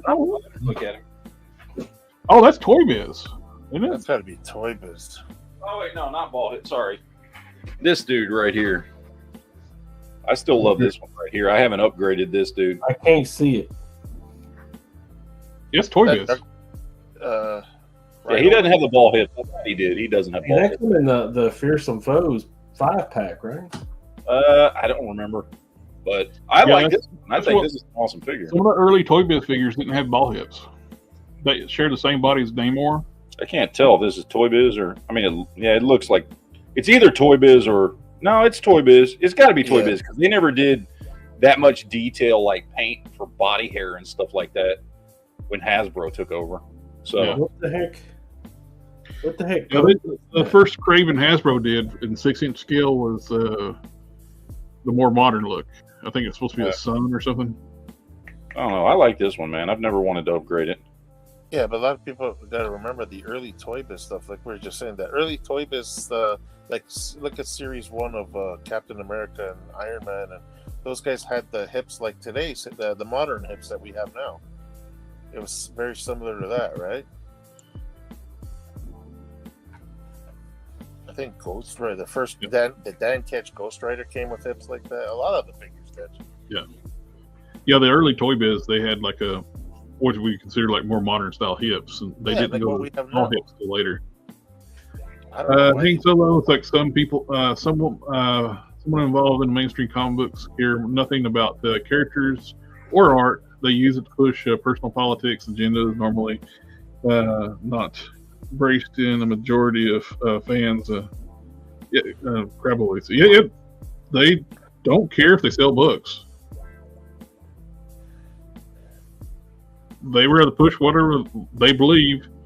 They don't care what their stories are if it sells in books. Long as Disney really don't care about the comics. They only bought Marvel for the characters, which is completely insane. The fact they don't care that the characters match what the representation in the comics anymore.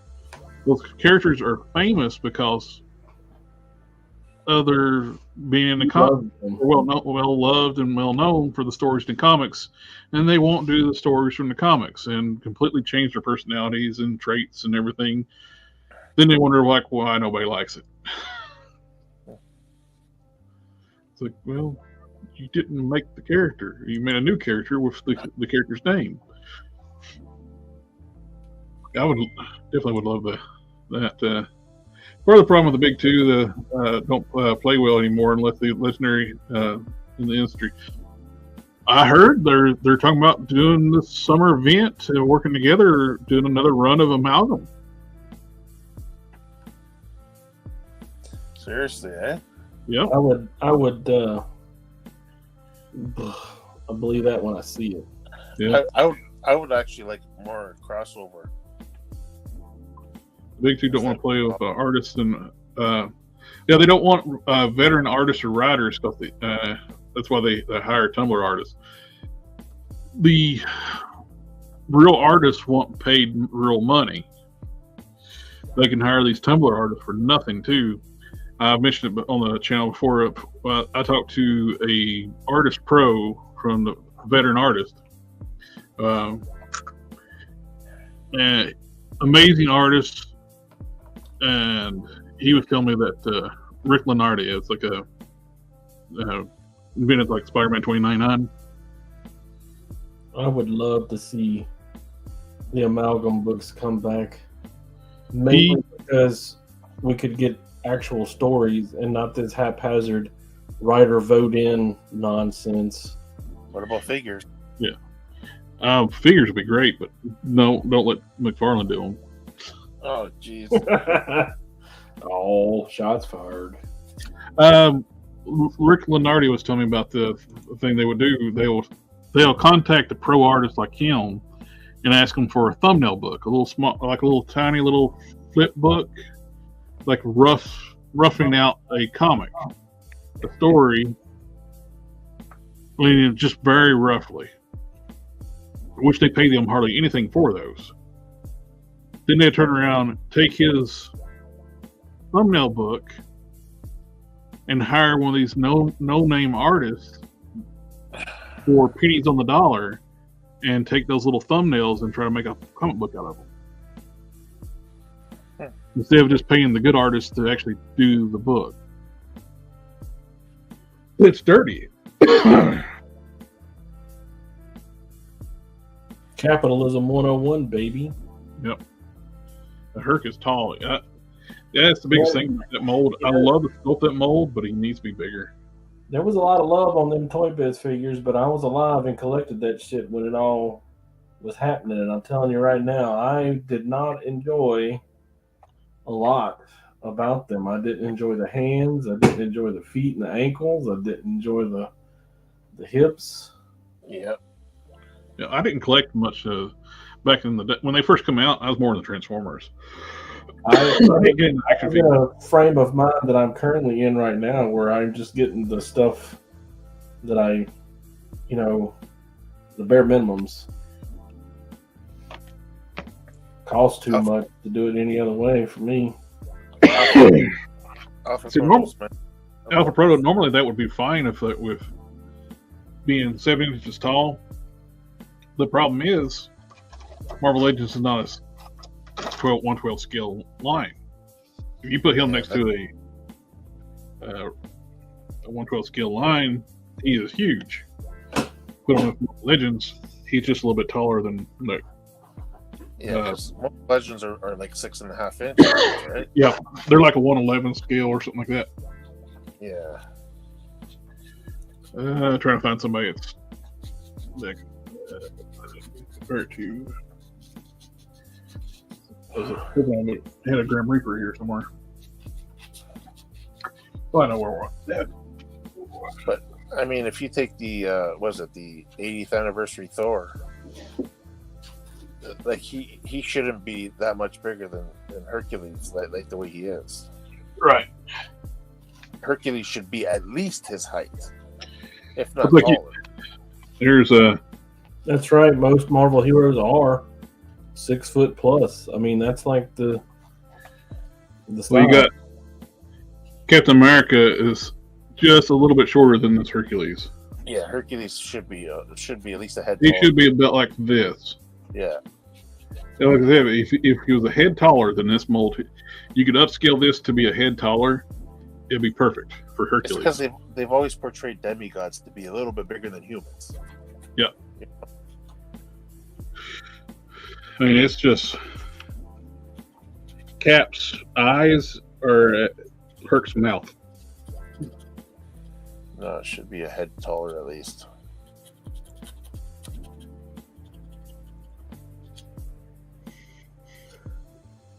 But if I'm honest, I prefer the bigger Marvel Legends. I don't like the SH smaller scale. Yep, same. I like the bigger scale.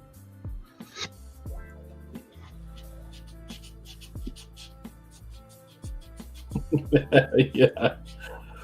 I am down for them ball heads being yuck. You know, the old Toy Biz Namor and Craven didn't have a head crunch. Saw the torso. They also look gangly and skinny and scrawny, and Some of those early Toy Biz figures, they recycled wrestling figures. Thor was a repurposed wrestling figure, torso. I think think about it. Namor and Craven was Buff Bagwell.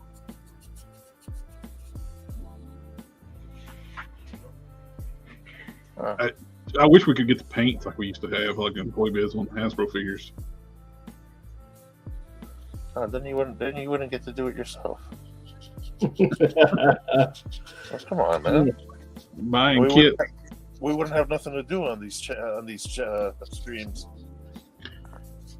Well, they definitely keep me full of content. Yeah. man, we'd be building DC characters. Speaking of that, you guys mentioned way earlier about Jada Toys. It wouldn't be hard for them to get the DC license, would it? Well, Alpros like Bob Iger said they needed Star Wars Marvel for the boys brands, and that Disney was mostly a princess brand. But then they turned around and turned Star Wars and Marvel into girls brands, and they're like not doing well. Because hell with the original fan base. I only have like 2 or 3 DC characters in my collection. If they could get together and do amalgam and allow for a licensed toy line, I would so buy. If Hasbro was doing them, I'd buy so many amalgam figures. Adrian's saying amalgam is reprints only.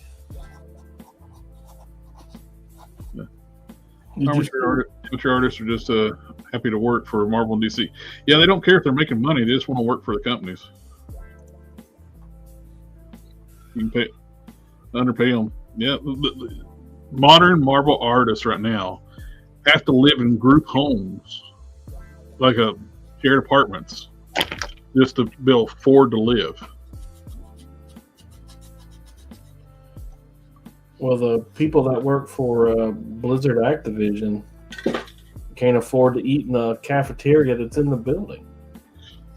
Same with Marvel. Oh, look at that. Namathol came up with a pretty good. Instead of McFarlane or Hasbro doing this, you get Jada Toys to make the amalgam figures. Yeah, it's like neutral ground. There you go. Yeah. I want to know if Batman vs. Hulk isn't included on the omnibus, or is it no retailers as listed in the contents? I don't know. I'm telling you, anybody but Hulk versus Superman is going to be an unfair fight. Yep. Well, that whole premise of like with the original amalgam comics, when they had it like be fan boat stuff, which were just total crap. Marvel stacked the deck. They picked all the X-Men characters, fighting characters that they would have no chance in hell of winning against. Yeah, they put They Spider-Man were more popular. Superboy. They had Storm beat Wonder Woman by shooting her with lightning while Wonder Woman was flying. That means she's not grounded. And Wonder Woman, that same era, crouched over a nuke to keep it from destroying the city, and it didn't hurt her. She shielded the bomb, the nuclear bomb, with her body to keep from destroying the city, and lightning's gonna take her down. Maybe Storm threw it extra hard that day. Well, she was flying too, so she's not grounded, so lightning would do nothing. So for most of the male heroes are 6 foot tall, yep.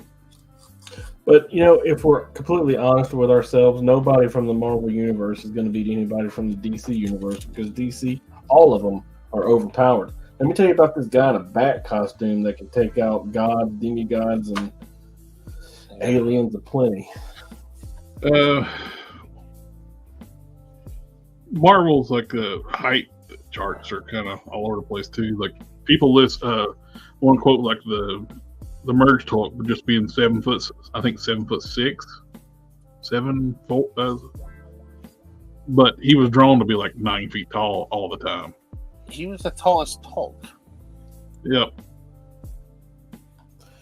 Yeah, but Batman couldn't whip cream. He said Batman versus Hulk story, Bat beat Hulk. Yeah, by kicking him in the gut. Well, he had him breathing gas, like knockout gas. Yeah, And that worked. what people completely forget about that storyline, he didn't hurt the Hulk, he shocked the Hulk.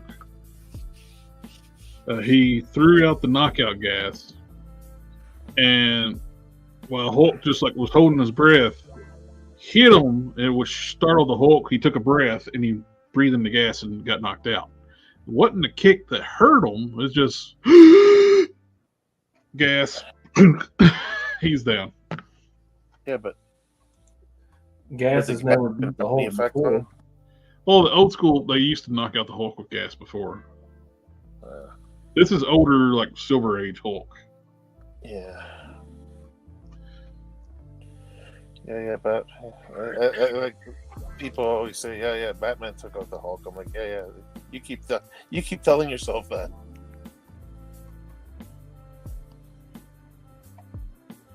The amalgam is actually the crossover, like where the characters are mixed together. Like Batman got mixed with Wolverine, became the Dark Claw. Joker and Sabretooth got mixed together to become, what was it, the hyena? Oh, that'd be cool. I never saw that. I actually never saw that. Yeah, that's what Amalgam Comics was. It's like after the event Marvel versus DC, the universes got mixed together and characters were combined.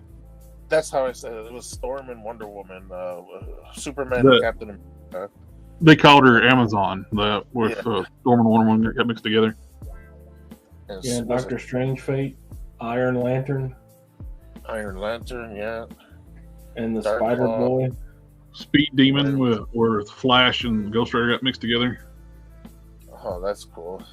Yeah, it was cool looking, without a doubt. But, yeah, it's definitely pretty cool.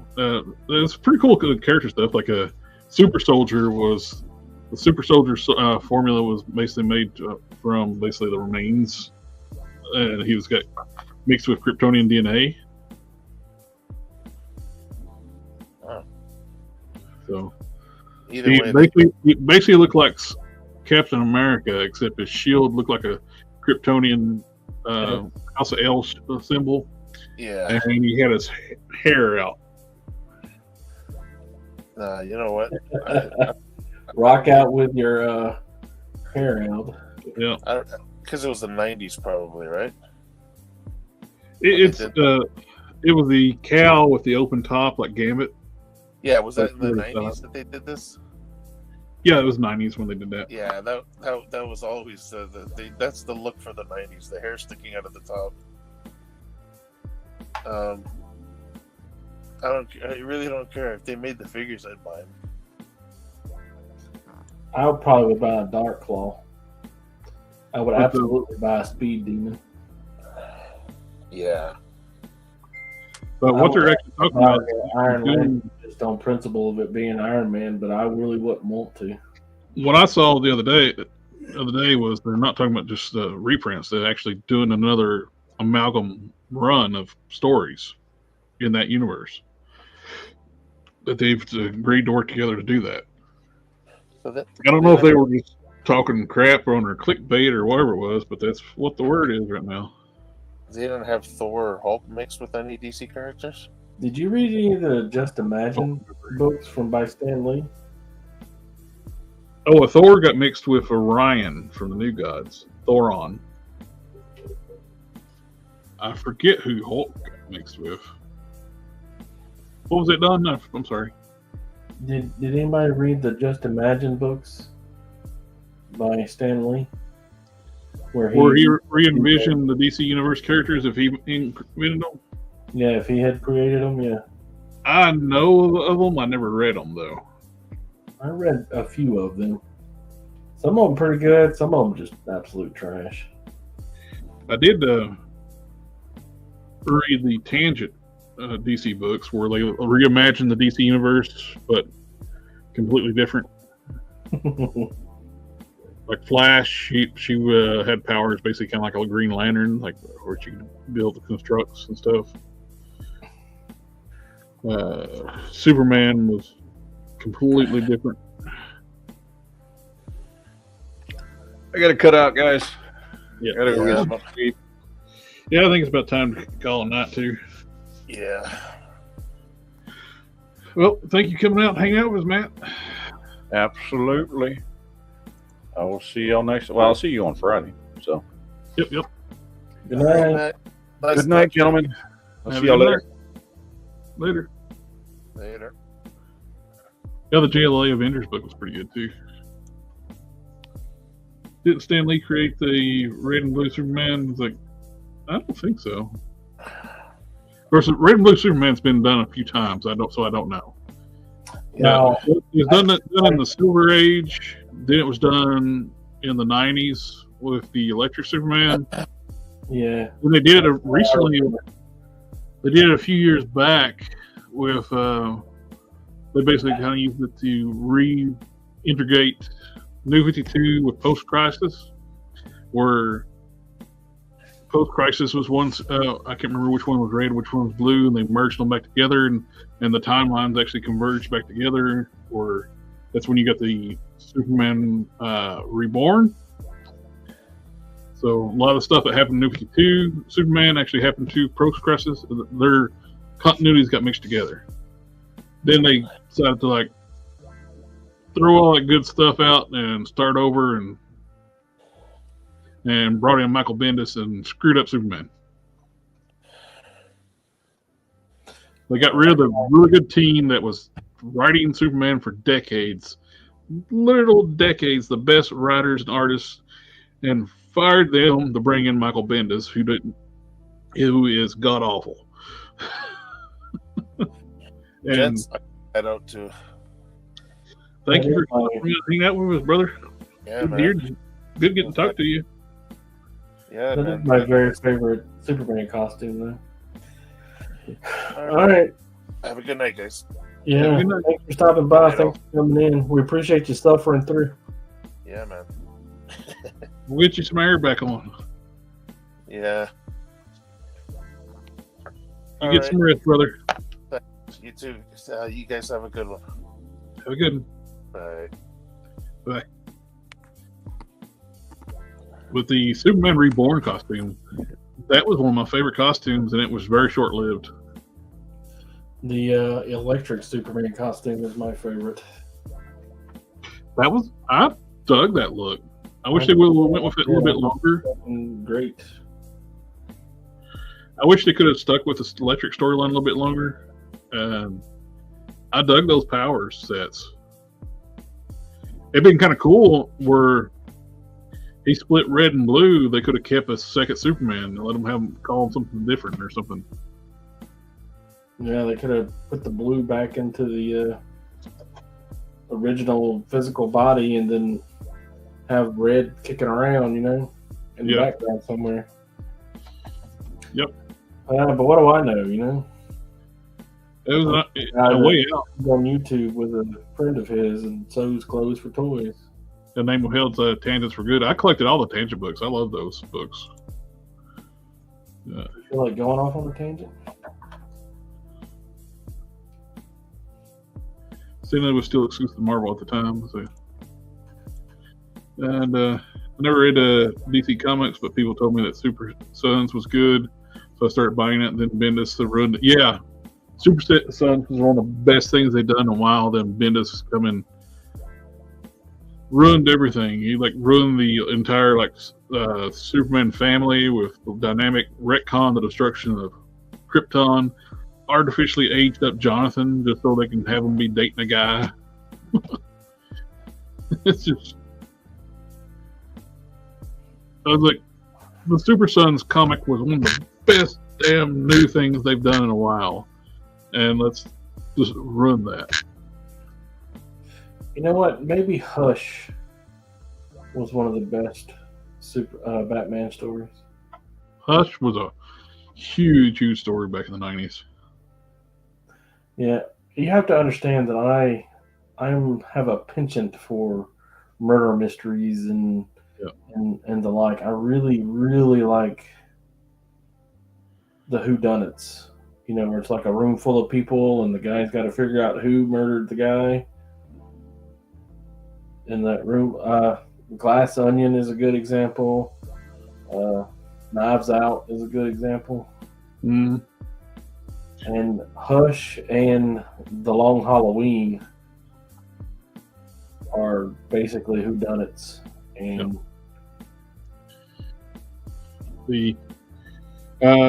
you're absolutely right. Alpha Protos, Super Sun should have been preteens for at least 20 years, like Franklin for 30. Yes, they could have kept that story going. It was like a fun, refreshing tale, but Bendis don't know how to write people that act normal. So as he took over, like they had them acting weird as hell. Like, didn't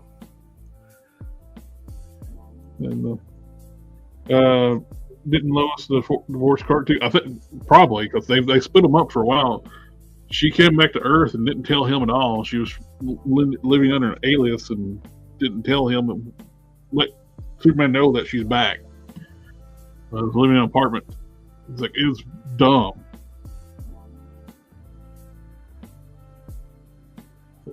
Well, that's basically the only really good thing he's done was like the new Avengers stuff. But he's gotten to be where he just writes just absolute garbage nowadays. Have you read any of Hickman's stuff? I don't know. What stories was it? I think he did a Hulk run. He did a Fantastic Four run. Stop telling me. Fantastic Four run is legendary. If you did a Hulk run, I may have read it, but I couldn't tell you what. Depending on what arc it was. Hickman's really good. But well, I think we better wrap it up tonight. I'm kind of spent on customizing, and we're just rambling about comics right now. Yeah. But anyway, everybody in the chat, thank you for coming out and hanging out with us tonight.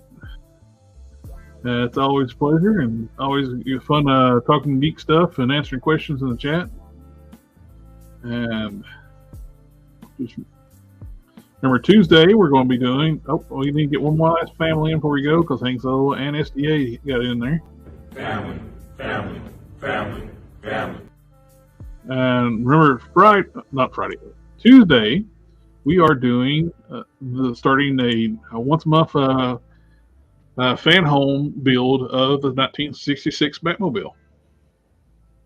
I'm looking forward to getting into that project. I got the first two parts 1 and 2, and we're going to go over that and build it live on the stream. And we'll see y'all Tuesday. Yep. See you guys on Tuesday. And we'll catch y'all next time. Have a